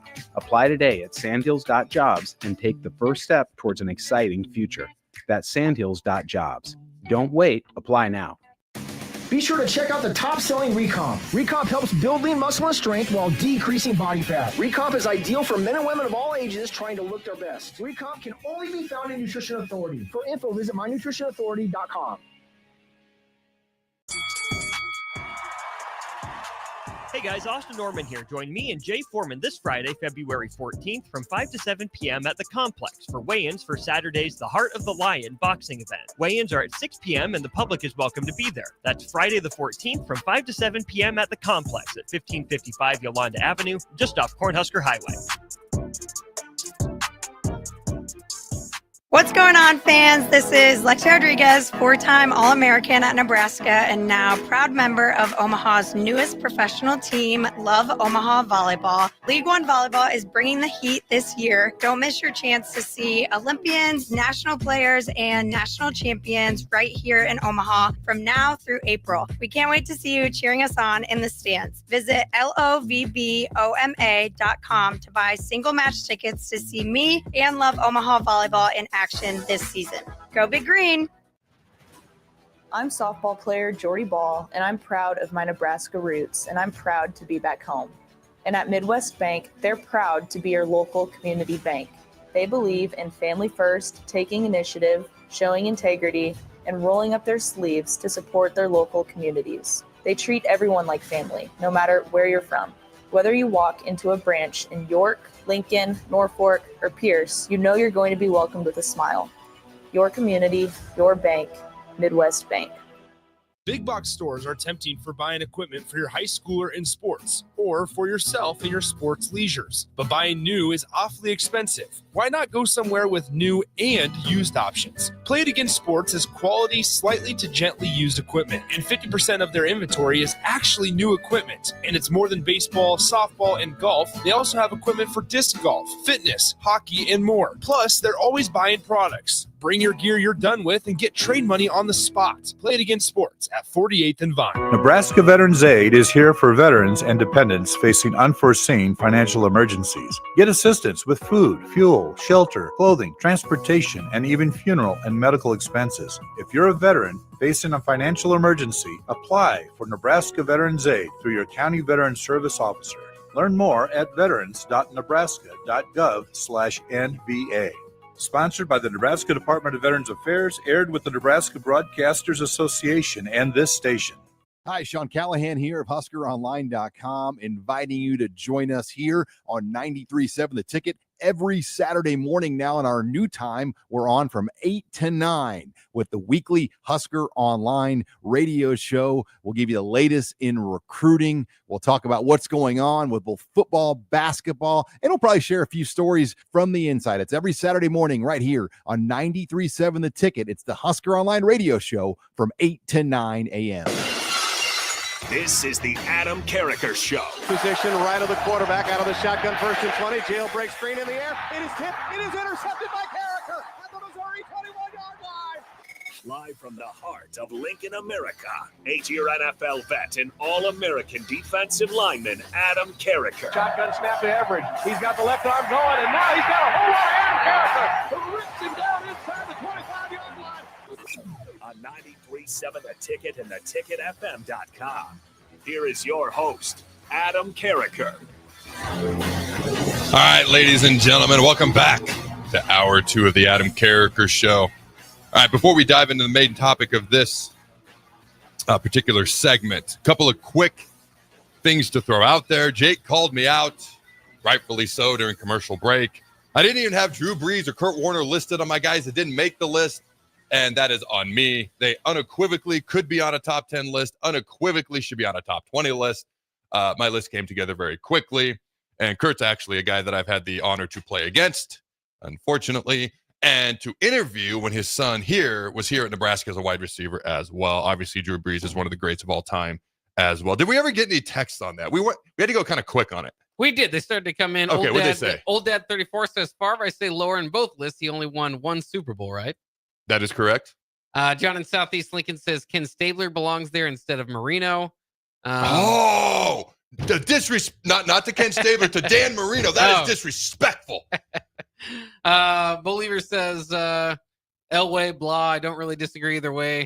And he says cry boys. I don't know what that's necessarily going to. Box Neighbor texts in and with a tweet that says, imagine a quarterback who has 2 Super Bowl wins, 2 Super Bowl MVPs, is 11th all-time in passing yards and passing touchdowns, yet he's not a first ballot Hall of Famer. Eli Manning remains the most underrated and misrepresented player of all time. Maybe a thought there. So he popped into my head. So one of the greatest playoff quarterbacks of all time, and beat the Patriots twice, beat the GOAT twice in the biggest game that there is on planet Earth. And he popped into my head. And he's a guy that I played against multiple times. He's a very good quarterback. And the playoffs matter more than the regular season. I didn't put him on the list because he had some bad years in there. Like every quarterback that we talked about, there's going to be ups and downs. Like Favre had an NFC title game where he threw 6 interceptions. If we were to rate the greatest gunslingers of all time, at the top of that list, I'm going to have like Marino and Favre. Okay, so I thought about Eli. But he had more than 1 or 2 years where I would have said he's playing at a below average level as a year. And to be clear, he should be in the Hall of Fame. First ballot, second ballot, whatever. But that's why I personally kept him off this list. What was your logic there, Jake? Yeah, similar type of thing. I mean, I think if you go through his career, he had some solid. I wouldn't even know how many Pro Bowls he necessarily had or all pros. I wouldn't think. I'll Google that while you talk. Go ahead. But yeah, I mean, he kind of had a certain years, like you're saying, where he had several years of more interceptions than touchdowns. And he had a lot of interceptions throughout his career, double-digit interceptions, I think way more often than not. So, I mean, again, it can come down to that playoff success really boosted his career and puts him obviously on a platform along with his brother now to where they kind of seem like they're partial in control of the NFL or whatever. But yeah, I wouldn't put him quite in a top 10 category. So here's what I'm just going to read what Google says. All right. I just simply typed in how many Pro Bowls did Eli Manning make? It said 4 Pro Bowls. And then below is a paragraph. Manning has been one of the most hotly debated candidates for the Hall of Fame in many years. He won 2 Super Bowls with the New York Giants, but never won an MVP, made only 4 Pro Bowls in 16 years, and never led the NFL in any major passing category other. I did not read this before. I was going to read it out loud. Other than interceptions. Yeah. Now, to be clear, I still think he should be in the Hall of Fame. First ballot, second ballot, third ballot. But personally, every guy we have on this list here is a Hall of Famer. But that was the reason I personally had him off that list. Nothing but love and respect for Eli. All right, anything else there, Jake? Somebody also sent in a couple images of poop in one form or the other, so I don't think they liked our list. I was trying to think of something. A lot of the things that popped into my head, I can't say on air. So we're going to move on. All right. 188 of the 239. I'm sorry, 188 of the 329, if I could read. So basically 57.1% of the NFL Combine invites are from the Big Ten and the SEC Conference. It's not, this is from Sean Callahan on X. It's not a surprise, but just even more telling the power these two leagues have on the game in nearly every metric. All right, Shiloh Sanders was not invited to the 2025 NFL Combine, just of note. And I thought this was interesting from the Alabama AD. He said, and I quote, "I truly believe it. If we said that the home team, if they storm the field or the court, they're going to lose the game right then and there, that will stop it." End quote. Burn, the Alabama AD said. And basically, if you storm the court or storm the field after the game, your team would have to forfeit the game. I was like, ooh, okay. Just because Alabama doesn't celebrate anything unless it's a national title, so he doesn't ever have to worry about it. He's trying to get a cheap win versus a Kentucky beating them on the road. He's trying to get that cheap win when they've already lost on the field. Greg Sankey, the SEC commissioner, said, and I quote, "I think that's a tough proposition. I do think there's more than Greg in this league who feel that way, though." End quote. I do think there's other things you can do. I don't know. I thought it was an interesting proposition.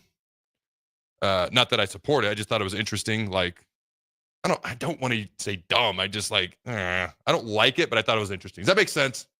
Yeah, I hope he's not being serious, because that's an awful decision, awful idea. Yeah. But and obviously son of Bill Byrne, by the way, Greg Byrne.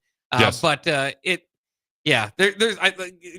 like hardly anything that would make me stop watching college football. That might be one, because I mean, you can't reward the other team for they just lost. It would mess up everything. I completely agree. We just got a baseball update. A final Nebraska. This is per Abby Barmore. Check her out on Twitter. Shows no mercy in a 20-1 mercy rule of Texas A&M Corpus Christi. They scored 20 runs for the first time since 2016. The Huskers hit 5 home runs, featuring a grand slam by Malia Thomas and a 3-run homer by Ava Kuzka. Let me see here. Nebraska scored 8 runs in the 3rd inning and the 4th inning. All right. Way to start the season. I look forward to watching them play Vanderbilt, see how that goes. Great start for Nebraska baseball. All right, Jake. It's softball, right? Hold on. Did I read that wrong? Let's say softball played Corpus Christi this morning. I was going to say, it's not the schedule I looked at when I looked at Nebraska's baseball. It wasn't Corpus Christi. Yeah, it's softball. You are correct, my friend. Thank you for correcting me. That is softball. Get them back on track as well. All right. They lost a couple of tough, close games to some ranked teams. Now they can get back on track. They're 4-2 on the season. I'm so excited to see what the softball team can do this spring. All right, let's go ahead and let's play about a 30-second clip from Scott Frost's UCF press conference this week. Yeah, Terry's been great. I'm so grateful to have an AD that's on my side and working alongside me.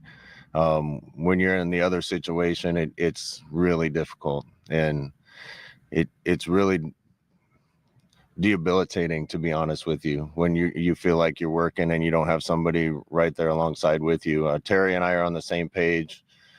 He's trying to give us everything that he can to be successful, and it's a good partnership, and I'm grateful to him.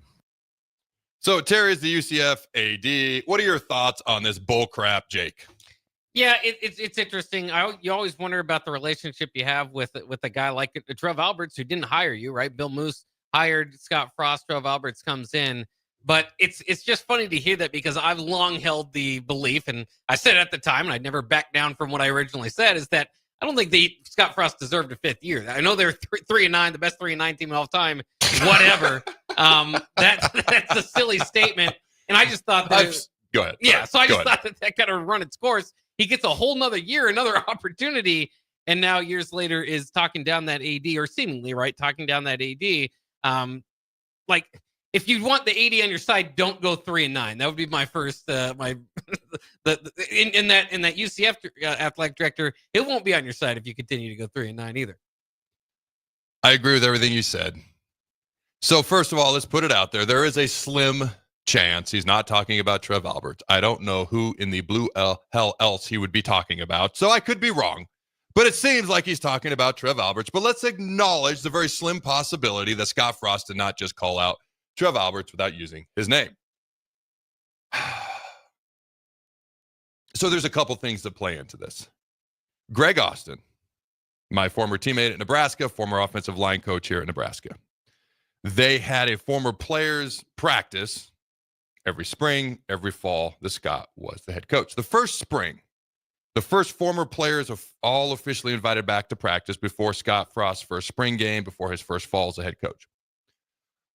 After that practice, all the former players are upstairs. We're eating. They've got food. I'm sitting at the same table as a offensive line recruit and right next to offensive line coach at the time, Greg Austin. And Greg and I chatted. You got to keep in mind, at that time, the AD was Bill Moose. Greg literally said, everything that Frost has asked for, Bill has given him. And I was like, everything? He's like, everything. I'm like, everything. He's like, every single thing he has given to him. So he must not be talking about Bill Moose, and he didn't seem to be short a whole lot of things when Bill Moose was the AD. So I assume he's talking about Trev. Now, I have had people tell me that there was at least one instance where Trev and Scott may or may not have been nose to nose discussing things with elevated volume in their voices. So I think Trev came in and he was brought in because it was time, and I hope to interview Bill Moose here in the near future. He has a book that came out. I'm going to reach out at some point, and I want to bring him on and interview him. The Husker Online guys did a phenomenal job interviewing him. Okay. But I think everyone kind of recognized, hey, Bill did a great job. Trev's the next guy, at least for now. And obviously, we have a new AD that I said yesterday I think is doing a really good job. But I kind of felt like Trev was almost brought in because he could hold Scott accountable and he could do what was necessary if the unfortunate time came that he needed to do what was necessary, and unfortunately that time did come. I think what bothers me about this is I think he probably got everything he wanted at UCF. Scott has told me in a post-spring game discussion in the weight room, and I quote, I did whatever the hell I wanted to at UCF, end quote. In other words, he had free reign at UCF. When he first got here, Greg Austin told me Bill Moose gave Scott everything he asked for. Trev was probably brought in because he was the right guy at the time, and he was a guy who could hold Scott accountable when Scott was off to a very rough start here at his tenure at the University of Nebraska. And I think maybe Frost wasn't used to that. And there was obviously some disagreements and things along the line. I think what bothers me the most about this, and if you watched on YouTube, as soon as we started playing the clip that I'd already heard, I don't want to say I checked out. I don't know. I can't listen to him blame other people anymore. I'm so tired of when he first got here, these aren't my players, and then it's this, and then it's that, and now here he is halfway across the country taking shots at a guy who's halfway across the country and not even at Nebraska anymore. And again, there's a slim chance he's not talking about Trev. It's not very high, but I will acknowledge it exists. All right, for me, I'm just like, oh my good Lord, at some point, if you own a mirror, could you just look at it? Like, just look at it. If I'm a UCF fan, I am elated that Scott Frost is back in Orlando. And then I hear these comments and I'm terrified because I'm like, crap, has he not learned anything? Because they're not in the AAC anymore. Now, the Big 12, we're not going to pretend they're Power 4. We're going to pretend that facade for now. But they're not one of the Power 2, because I always say there's a Power 2, there's a next 2, and then everybody else. The Big 12 is a little bit different. It's a much more balanced league. It's not top heavy. There's not going to be a bunch of elite teams at the top, but it's a very balanced league. I find it the most entertaining league to watch because anybody can beat anybody on just about any given day in that league. There's going to be a lot of tough, close games. Scott Frost does not have the best history and record in tough, close games, something Nebraska's trying to come out of as well. But for me, the best way to get better at little things is to be honest with yourself. That's why I will say openly here the things that, with all due respect, okay, I say them respectfully, but there are things we have to get better at, and they're the simple little things. And that's how you get better and increase your chances of winning those close games. I believe Matt Rule, and we'll see how he does this year and going forward. We're obviously all rooting for him, but he has the ability, he's already shown it, to look in the mirror and be honest and take accountability and make changes. If Scott Frost has not yet learned that ability, if I'm a UCF fan, I'm terrified. I'm terrified right now. Who did we just hire back? The guy that led us to an undefeated season after we couldn't win a game 2 years before that? Didn't win a game, then they went 6-7, lost their bowl game, 6-6 regular season, then they go undefeated 2 years later, as we all know. Did we get that guy? Or did we get the guy who hasn't let go of the things that are bothering him? Because apparently he's still bringing them up from halfway across the country, and the guy who doesn't own a mirror or refuses to look at it. And if I'm a UCF fan, that terrifies me. I don't want to spend a whole lot more time on this today, but I had a really hard time when I heard that. That really bothered me. Now, when this show's over today, I'm going to go on about my weekend. It's not going to bother me anymore because I will have vented, albeit very unusually calmly for me here today. But those are my thoughts. That's my initial reaction. It's eye roll. It's what the heck. It's let it go. It's look in the mirror, move on, enjoy life, improve your team, and stop talking about other people that don't have anything to do with you anymore. What are your thoughts, Jake? Well, it's definitely interesting. It's not uncommon for coaches to be somewhat upset about stints that didn't work out, right? I think I've heard a few times Bo Pelini reference that Nebraska has not been back to the level that they were at with him. And he certainly has an argument about not having support. And I would agree with him on that side. Solich took a long time to get back. So, I can understand still being upset. And I'd love to hear from Scott Frost why he, like, the real reason, like if you could take him off the record, why didn't it work out at Nebraska? And maybe he has some different thoughts than what we all think. But at some point, like you said, you just got to acknowledge that it didn't work. Move on to the next thing, hopefully learn from those losses instead of just begrudging them and making it better for his spot at UCF. Like you said, I'd be a little bit concerned that might not have been the case. Still kind of looking maybe for some blame as to why it didn't work at Nebraska. You're the head coach, man. It falls on you. That's the keyest statement anybody said right there. At the end of the day, it falls at the foot of the head coach. The buck stops with you.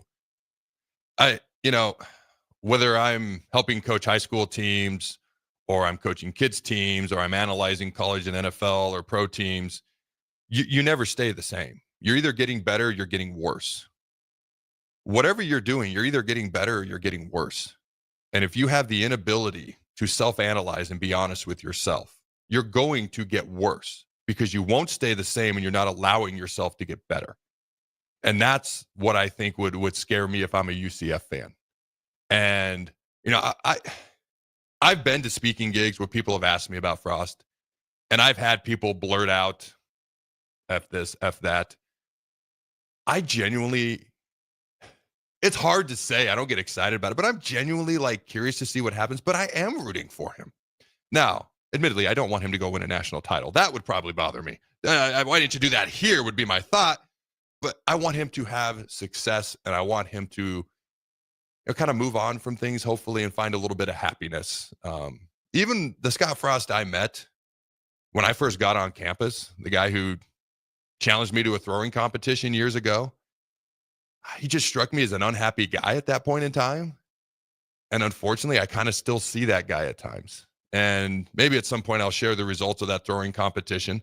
But anyways, the point wasn't really that. It was more or less, that was my first time ever meeting him in person. And I remember thinking to myself, this dude's really angry about something. Now, maybe it was something completely unrelated. I mean, we're talking 02, 03. He was still playing in the league. He was a safety. Who knows what was going on at that point in time? Anyways, you got any final thoughts there, Jake, before we head to break? No, we better get to break. All right, let's get to break. When we come back, college football rivalries. Are they being diminished? Are they going to be dead at some point one day? All due to the college football playoff. Don't go anywhere. We'll be right back. Mulberry Barbecue now has a brand new second location to help all your lunch and dinner cravings. Stop by their newest location at 6125 Apples Way near Lowe's off of Highway 2. They have everything from smoked turkey sandwiches to brisket burritos to burn-in sandwiches and pulled pork. Try a dinner plate option of barbecue nachos, a half-smoked chicken, a full slab of ribs, and so much more. Mulberry Barbecue open Monday to Saturday from 11 a.m. to 8 p.m. at 11th and Cornhusker Highway, and now at 6125 Apples Way in South Lincoln. When you need a new water heater, nothing beats the ProLine family of water heaters from A.O. Smith. ProLine models are built using commercial-grade components, meaning they're built to help you tackle your toughest days. No matter if you need a gas or electric model, A.O. Smith has a ProLine unit for you. A.O. Smith, innovation has a name. Call Greens at 402-467-4444 for a great deal on a water heater today. Again, that's 402-467-4444. Empower a child today with the Teammates Mentoring Program. Hope is only a conversation away when you choose to share your talent, time, and heart with a child. Together, you can build a relationship based on strengths and chart a brighter future, 1 week at a time. Find out how you can be a mentor by visiting LincolnTeammates.org. Become what you needed as a kid by joining the Teammates Mentoring Program today. What's better than supporting your favorite radio station and eating delicious Nebraska-made products? Smoking Gun Jerky of Nebraska wants to highlight you, the listener, on the 93.7 The Ticket Wall of Fame at the store. Stop by the store at 48th and R in Lincoln and see their huge variety of small batch gourmet jerky. Or if you're not in the area and want to try some, go to SmokingGunJerky.com and enter code EARLY for 10% off your purchase. It's the ultimate low-calorie, high-protein snack at Smoking Gun Jerky of Nebraska. Automotive Solutions is Lincoln's one-stop shop for all your vehicle needs, from vinyl wraps to engine repair and maintenance. Automotive Solutions offers fleet services, as well as printing and graphic design for vinyl applications, plus installation of vinyl for boats, trucks, cars, and anything else you want wrapped. Perfection is their standard, and they never settle for less. Call today at 531-249-5600 or go to automotivesolutionslincoln.com to learn more. That's Automotive Solutions, 2024 Southwest 5th Street in Lincoln. Wrestling fans, it's time to elevate your game, just like Stevens & Smith Construction does for your concrete needs. As your full-service concrete contractor, we deliver solid results every time. From singles to doubles, fighting for inside position to scrambling reversals, we know how to pin down quality and slam expectations. Stevens & Smith Construction, a proud sponsor of Takedown Tuesdays on 93.7 The Ticket, where Husker wrestlers bring you all the action. Don't stall. Stevens & Smith Construction is here to help you build a concrete foundation for the win. Check us out at www.stevensandsmith.com because stalling is a penalty and winning is the only option. Attention! For the entire month of February, Acres has John Deere packaged oil and filters for 15% off. John Deere engineers its oil filters specifically for large ag equipment and commercial and residential mowers. With premium materials, these filters meet the unique demands of your farm and acreage. Following a strict maintenance routine with premium John Deere oil and filters ensures your equipment will run efficiently for years. Visit your local Acres store to start shopping today. Rashawn Jackson here for Bauer Infrastructure, a veteran-owned local company proudly serving Lincoln, Lancaster County, and the surrounding areas. Bauer provides quality work at an affordable price, and they're growing rapidly. If you want to experience a career with a fast-paced, family-friendly environment, visit BauerInfrastructure.com. They have top-of-the-line benefits, year-round work, even through the winter. Bauer, usher in the new era of infrastructure to an area near you. And as always, go Big Red! Hey Husker Nation, this is Todd Euler, two-time national champion, here to talk to you about Window World Lincoln. At Window World, we specialize in replacement windows, doors, siding, and roofing. Whether you're looking to enhance the beauty of your home or increase its energy efficiency, we've got you covered. And here's the best part. We offer the best for less. Our team is dedicated to providing top quality products and exceptional service at affordable prices. We want to earn your business and make your home improvement dreams a reality. So why wait? Contact Window World Lincoln today at 464-7313 or visit our website at windowworldlincoln.com. Window World Lincoln, where quality meets affordability. Start your Sundays off right with Jeff and Nicole Essink on Fitness Fanatics. Jeff and Nicole discuss health and wellness, how to achieve fitness goals, and more through the life of gym owners and gym goers. It's Fitness Fanatics from 9 to 11 a.m. on Sundays on 93.7 The Ticket and theticketfm.com. Gentlemen, Valentine's Day is just around the corner. Don't be that guy running to the store for flowers and a card on your way home.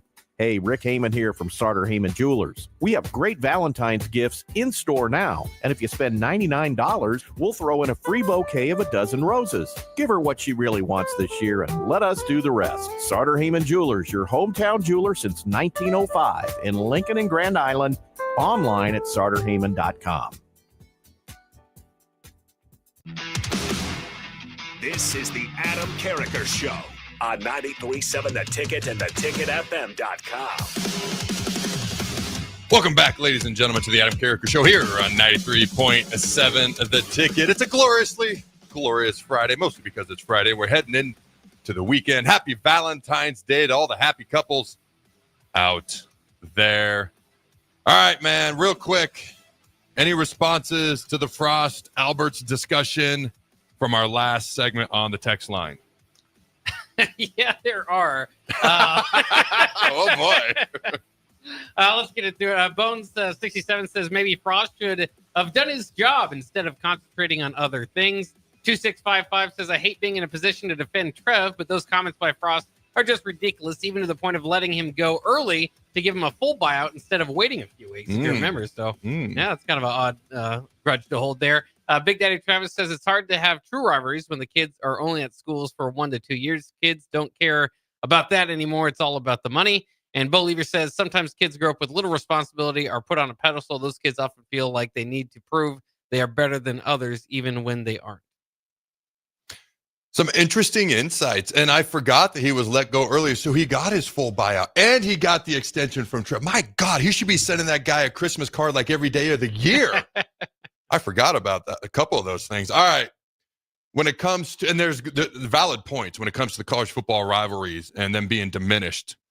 And to me, they absolutely have been diminished. There's multiple reasons. I do think the 12-team college football playoff plays a role in that. I mean, Ohio State loses to Michigan. It's the two worst losses of the entire year.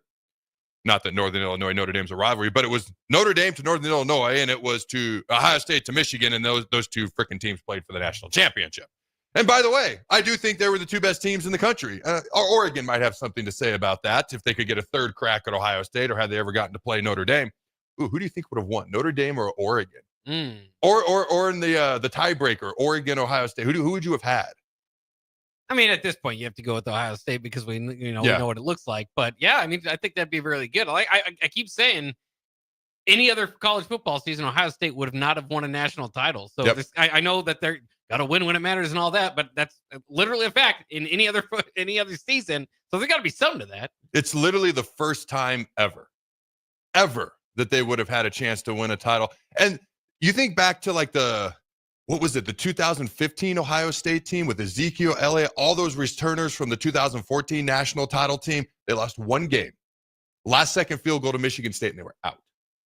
You think about Georgia 2 years ago now, what they lost to Alabama by a touchdown, the SEC title game, and then they went out and beat Florida State or whatever was left of Florida State in the Orange Bowl 63-3.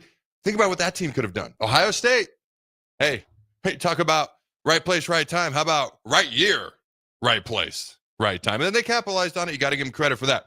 But I want to talk about college football rivalries, the playoff. Have they been diminished? I do think some rivalries just aren't played anymore. Not enough. Nebraska, Oklahoma is the first one that comes to my mind. Like, do I know people still consider that a rivalry, especially people who've been around a little bit longer? But that was easily one of the top 5, top 3 rivalries in college football. Just not played anymore. I guess Nebraska, Colorado, big brother, little brother. It's only still a rivalry because they beat us 3 out of 4 times, but we did win the last time, and we don't see them again, at least for a couple of years. You know, I'm glad rivalries because they're not in the same conference, like Florida State still exists. Obviously, those games used to be higher ranked teams more frequently when I was growing up. Even Florida State, Miami, it was always like the top 5 teams in the country playing each other. USC, Notre Dame are still playing each other.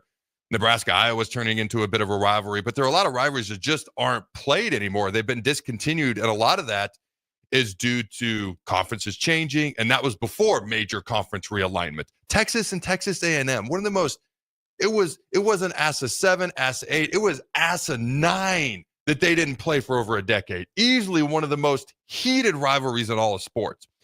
So I do think the college football playoff plays into this because you can lose to your biggest rival and then you can finish 4th in the conference and you can go win the national championship. So that obviously is going to diminish conference championships. It's obviously going to diminish games in the regular season. I think it's going to diminish rivalry games, okay, de facto through all that whole process as well. And I've said before, like, if people want more teams in the college football playoff, there's more teams getting an opportunity to get in. But how many of those teams can realistically compete? As we saw, there's a lot of blowouts. So a couple of years from now, are those 10, 11, 12 seeds still getting blown out? Are we going to care about being 11 and 12 seed? And now what we've sacrificed is the Ohio State-Michigan game, as an example, meaning more for the sake of more teams getting in, and they're probably just going to get blown out, which has always been kind of my issue with the thing. Eight teams would have been great. Eight. But you know what their answer is? More. We're going to 14 in 2 years, by the way. Going to be 16, and then probably 9,000 after that. Why? Because you can make more money. It just is what it is. All right. I will not get off my little perch here. I will keep talking about this. But for now, all right, Josh Pate. We're going to play 2 clips from his show. All right. And it was a fan specifically asking about Ohio State, Michigan, and how the college football playoff has affected that rivalry specifically. But I'm translating it to all college football rivalries for this discussion as well. But go ahead and play that first clip there, Jake. Nate from up in Michigan, he hit me and he said, hey, unpopular take, but maybe it's good. The college football playoff is removing some intensity from the Michigan-Ohio State rivalry. It's reached levels of toxicity lately that don't feel good for the sport. I hate this. I don't hate you, Nate. I think you're a smart guy. We've heard from Nate before. It always goes back to Meemaw's age-old and proper adage, and that is that smart people do say casual things sometimes. Casual people rarely say smart things. Nate is a smart person. He has just said a very casual thing. I hate this. Hate everything about it. From top to bottom, there was nothing that I could pull out of that was redeeming in nature. It isn't too toxic, okay? First off, it isn't too toxic. Once upon a time, the Romans gathered in the Colosseum by the tens of thousands and watched people kill each other. That's toxic. That feels pretty toxic to me. This is a football game. It's not toxic. If a guy who graduated from Michigan walks up to a guy who graduated from Ohio State in a Walmart parking lot and takes a baseball bat to his back because he doesn't like the school he went to or the school he roots for, that's toxic. Just hoping the guy's Thanksgiving is ruined and the early part of his December is ruined because his football team lost to yours is not the worst thing in the world. That's not toxic. That's just called passion. And I also want to ask you this, Nate. Speaking about this toxicity, your word, not mine. What part of your life has been made worse because of the intense nature of this rivalry? My guess is none. I don't even know who you're a fan of. I hear this a lot. I see this a lot. There's people on the internet. There's this group of people who just wander the internet. They want to say something so profound, but they really lack the ability to. And so they say stuff like this in the aggregate. It's, man, maybe we ought to cool off a little bit on this rivalry. It's gotten a little too toxic. How? How's it any more toxic now than it always has been, first off? And secondly, even if it is more intense than it always has been, how's that toxic? Whose life is it ruining? If it is ruining your life, you probably do need to step away a little bit. But look, even if it really does affect you emotionally, it's supposed to. Toxic. Nate must be an Ohio State fan. I'm just saying, toxic. There's nothing toxic about it. So I'm going to go back to what I read in the first hour. And this was a comment that I saw on YouTube. Ohio State beat Michigan 15 out of 16 just prior to their measly 4 most recent wins. What's happening is people are trying to devalue rivalries, especially the fans of losing teams. There's nothing toxic about it. It's not any less valuable in the eyes of the rivalry. Now, it is less valuable when it comes to how much it matters in the grand scheme of the national championship picture. But to me, I'm not worried about toxic. I want the passion. It's supposed to matter. If your rivals, just like Josh said, Thanksgiving and early December is ruined, good. I'll see you for 365, and I'll do my best to ruin those within reason as well, especially if we win. All right, any quick thoughts before you play the next clip there, Jake? No, I mean, that's just, I mean, you're penalizing in that thought process Michigan and Ohio State for having that type of a game or having like a meaningful game, you know, because as you mentioned, you're just talking about Florida State earlier, that rivalry doesn't feel as toxic. That's because the teams aren't as good. Mm-hmm. Back in the, you know, in late 90s, early 2000s, or Tennessee, Florida. Yep. Those are just can't miss games, a lot of heat, a lot of hatred, and the games meant the most. And again, that's always kind of what hurts anybody trying to replace Nebraska or Oklahoma in the Nebraska rivalry system is you just can't replace the stakes of those games that they had on. People are literally trying to excuse the college football playoff continually to add more teams by saying these games don't matter, when that's always been one of the driving forces behind college football is every game matters. The playoff is throughout the regular season, and it culminates. It culminates with rivalry weekend over Thanksgiving weekend, and then eventually in 92, the SEC say, hey, we needed a conference championship game. Then the Big 12 did it in 96, and now everyone else does it. Hey, I'm cool with that, especially if you're going to have 94 teams in a conference. Rivalries need to matter. Each game needs to matter. And I know I'm standing on a hill that I'm going to die on, which I'm willing to die on, because they're going to keep adding more teams to the college football playoff. I just don't think we should excuse adding more teams and more games to the college football playoff by saying, no, this stuff it shouldn't matter. No, it should matter. It's just being devalued and doesn't matter. But don't tell me it shouldn't matter. Is that the difference I'm trying to explain there? Does that make sense? Yeah. Okay, do we got time to play the next clip? You want to wait till the last segment? I'll probably wait till the last segment. All right, let's go to break. We got one last clip we're going to play. Don't go anywhere, ladies and gentlemen. We'll be right back. At Action Plumbing, Heating, AC, and Electrical, we're ready, reliable, and recommended. Water heater acting up or your sump pump on the fritz? Call Action. Summer's around the corner. Is your AC working? Are you sure? Call Action.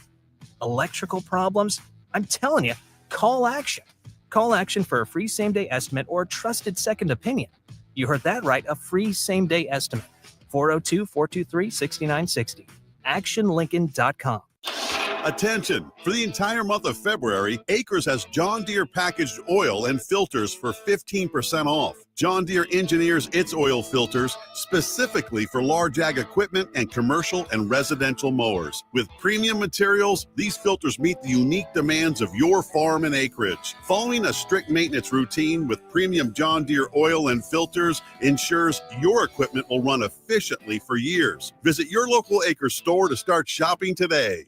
At Farm Bureau Financial Services, we strive to provide you with the right coverages for all your insurance needs by taking the time to meet with you and review what coverages best fit your needs. So whether you're in the market for home, auto, farm, business, life, or a combination of any of these coverages, we can help with making sure you, your family, or your business have the right coverage based on your individual needs. If you would like to review your insurance needs, please contact Ben Spurt with Farm Bureau Financial Services at 402-217-9945 or through email at ben.spurt@fbfs.com.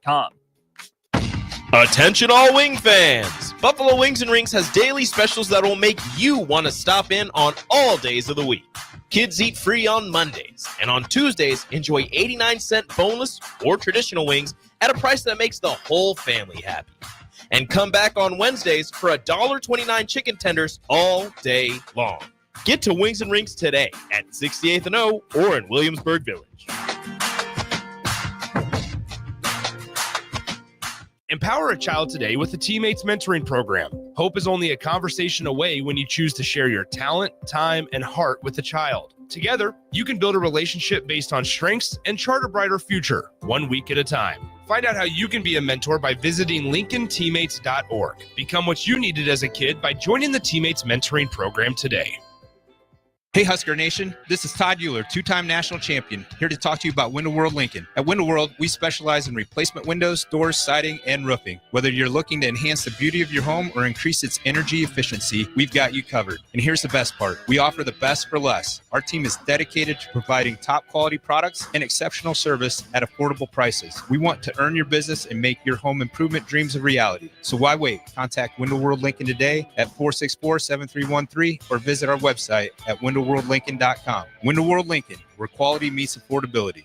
Rashawn Jackson here for Bauer Infrastructure, a veteran-owned local company proudly serving Lincoln, Lancaster County, and the surrounding areas. Bauer provides quality work at an affordable price, and they're growing rapidly. If you want to experience a career with a fast-paced, family-friendly environment, visit BauerInfrastructure.com. They have top-of-the-line benefits, year-round work, even through the winter. Bauer, usher in the new era of infrastructure to an area near you. And as always, go Big Red! Automotive Solutions is Lincoln's one-stop shop for all your vehicle needs, from vinyl wraps to engine repair and maintenance. Automotive Solutions offers fleet services, as well as printing and graphic design for vinyl applications, plus installation of vinyl for boats, trucks, cars, and anything else you want wrapped. Perfection is their standard, and they never settle for less. Call today at 531-249-5600 or go to automotivesolutionslincoln.com to learn more. That's Automotive Solutions, 2024 Southwest 5th Street in Lincoln. Start your Sundays off right with Jeff and Nicole Essink on Fitness Fanatics. Jeff and Nicole discuss health and wellness, how to achieve fitness goals, and more through the life of gym owners and gym goers. It's Fitness Fanatics from 9 to 11 a.m. on Sundays on 93.7 The Ticket and theticketfm.com. Hi, Sean Callahan here for Koppel Chevrolet GMC, and on behalf of the entire Koppel team, we would like to say thank you to all of our loyal customers and employees that have allowed us to become one of the most successful GM dealerships in the country for the past 50 years. So we are celebrating that with some huge discounts. Right now, we have up to $13,500 off MSRP or 0% APR on select new models, and new Blazer EVs are leasing for $279 a month with zero down. So check us out online at koppelcars.com. All deals with approved credit. See dealer for details. Your home is your empire. Protect it with Empire Fence. Get a free instant quote with the online estimating tool at empire-fence.com. See an upfront estimate with no hidden fees. An Empire Fence can provide privacy and improve the appearance of your home. Keep kids and pets in or out of your yard. Increase security and add value to your property. Visit empire-fence.com now to view the stylish and maintenance-free possibilities for your home and get a free instant online quote. Let Empire Fence protect your empire. This is the Adam Carriker Show on 93.7 The Ticket and theticketfm.com.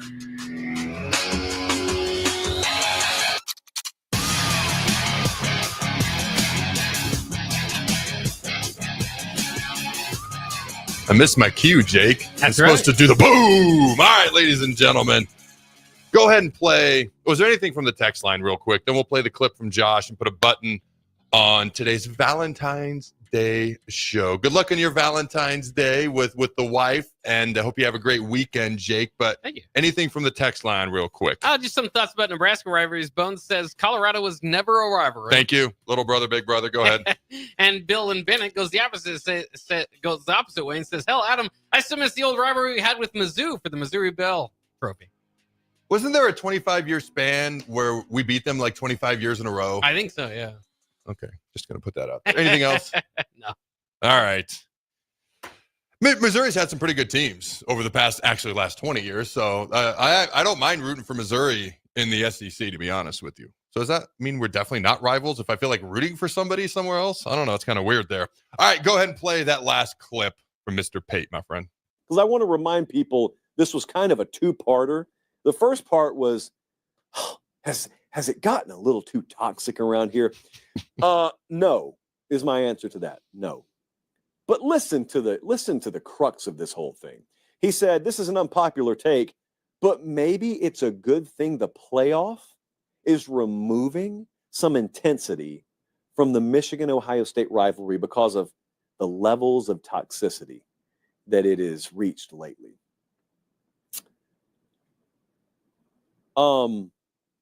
Please don't ever let that happen. Thank you. Please don't ever get here. Please Amen. don't let us get to a point Hallelujah. where this is a real thing that's happening. This past year, I know if you just came out of a cave, if you've been hibernating, we got the greatest rivalry in college football, my words, but also the words of many others. It's extremely intense. It's more intense than any rivalry I've ever been around, and I've been around them all. But the team that lost that game won the national championship. So there is a thought out there that because that happened, the impact of this game's outcome is devalued. Ohio State fans, in some cases, have tried to make that argument. They don't really believe it. Thoughts, Jake?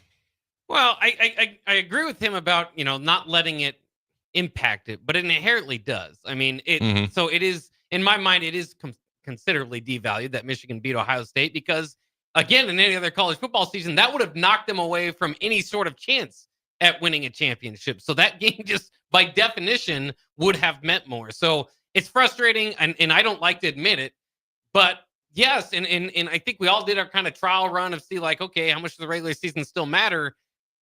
moving forward, now I know it does it as much as we expected. Those type of games don't matter more. Now, again, with the expanded playoffs, we've got more spots.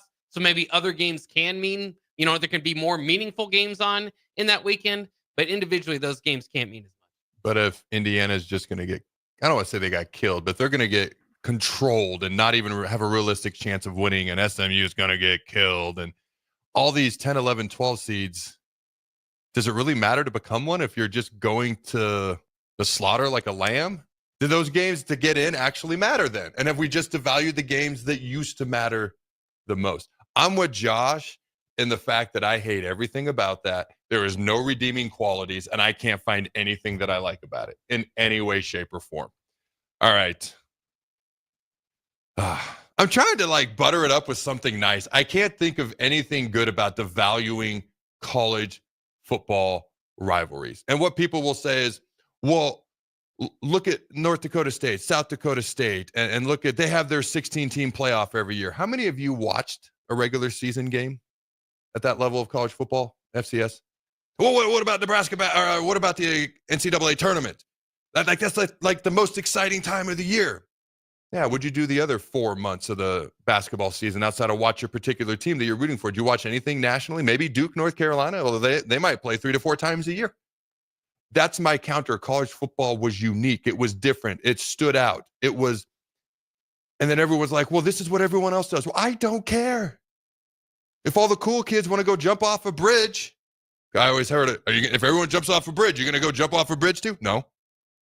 I'm going to be like, hey, don't jump. Hey, don't jump. You're stupid. Don't jump. Don't jump. Why you jump? And then if everyone jumps, I'm going to be like, well, that wasn't very bright. Call 911. They need help. And I'm going to go home because I'm not going to jump off the bridge with everyone else. Maybe not the perfect comparison, but you get my point. Just because everybody else is doing it, I've never been that person that's going to be like, well, we should do it too. I'm going to be like, all right, it's an option. I like it. I'll do it. I don't. I won't. And I'm okay with maybe not being like everybody else in that aspect. And that's what I loved.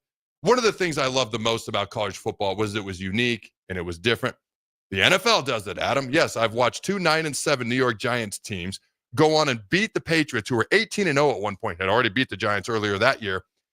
And apparently being 18-0 didn't matter. Neither did 9-7. All that mattered was being hot at the right day at the right time. And that's cool for the NFL. They had 57 million viewers for their AFC title game, 100 million viewers for their Super Bowl. College football tried something similar and had 22 million. After a decade earlier, having 33 million for their national championship game, and went down by a third. You need to be unique and different and stand out, in my humble opinion. Now, I will say this. Not all rivalries are completely dead, because this was pointed out to me. A Michigan man, Tom Brady, part owner of the Raiders, took away Ohio State's offensive coordinator. Now, did he really, because he's one of the part owners of the Raiders, did he really want him as a coordinator, or was he really trying to get to Ohio State? I don't know. Some Buckeye fans also aren't that happy about Matt Patricia as their defensive coordinator. Now, did you know he's actually a rocket scientist? He has a degree in aeronautics. I did not know that. Despite that, he only won 31% of his games as a head coach in Detroit, which means that Ryan Day brought in a coach who's used to disappointing people in Detroit. So I don't know, Tom Brady, Ryan Day, I guess we'll see what happens at the end of next season when they go back to Michigan. And Ryan Day better beat Michigan next year, I tell you what. And just one final thought, just for fun.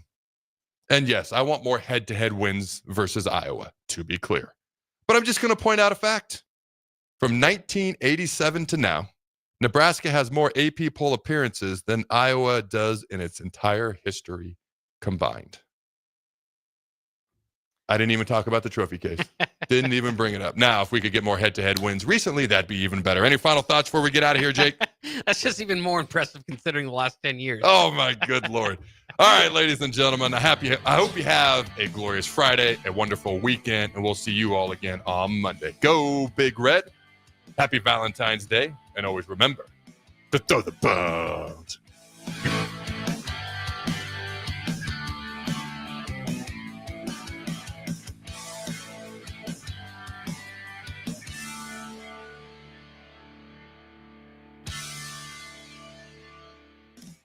This is Lincoln's home for sports talk on the FM dial. Also online at theticketfm.com. On the internet. KNT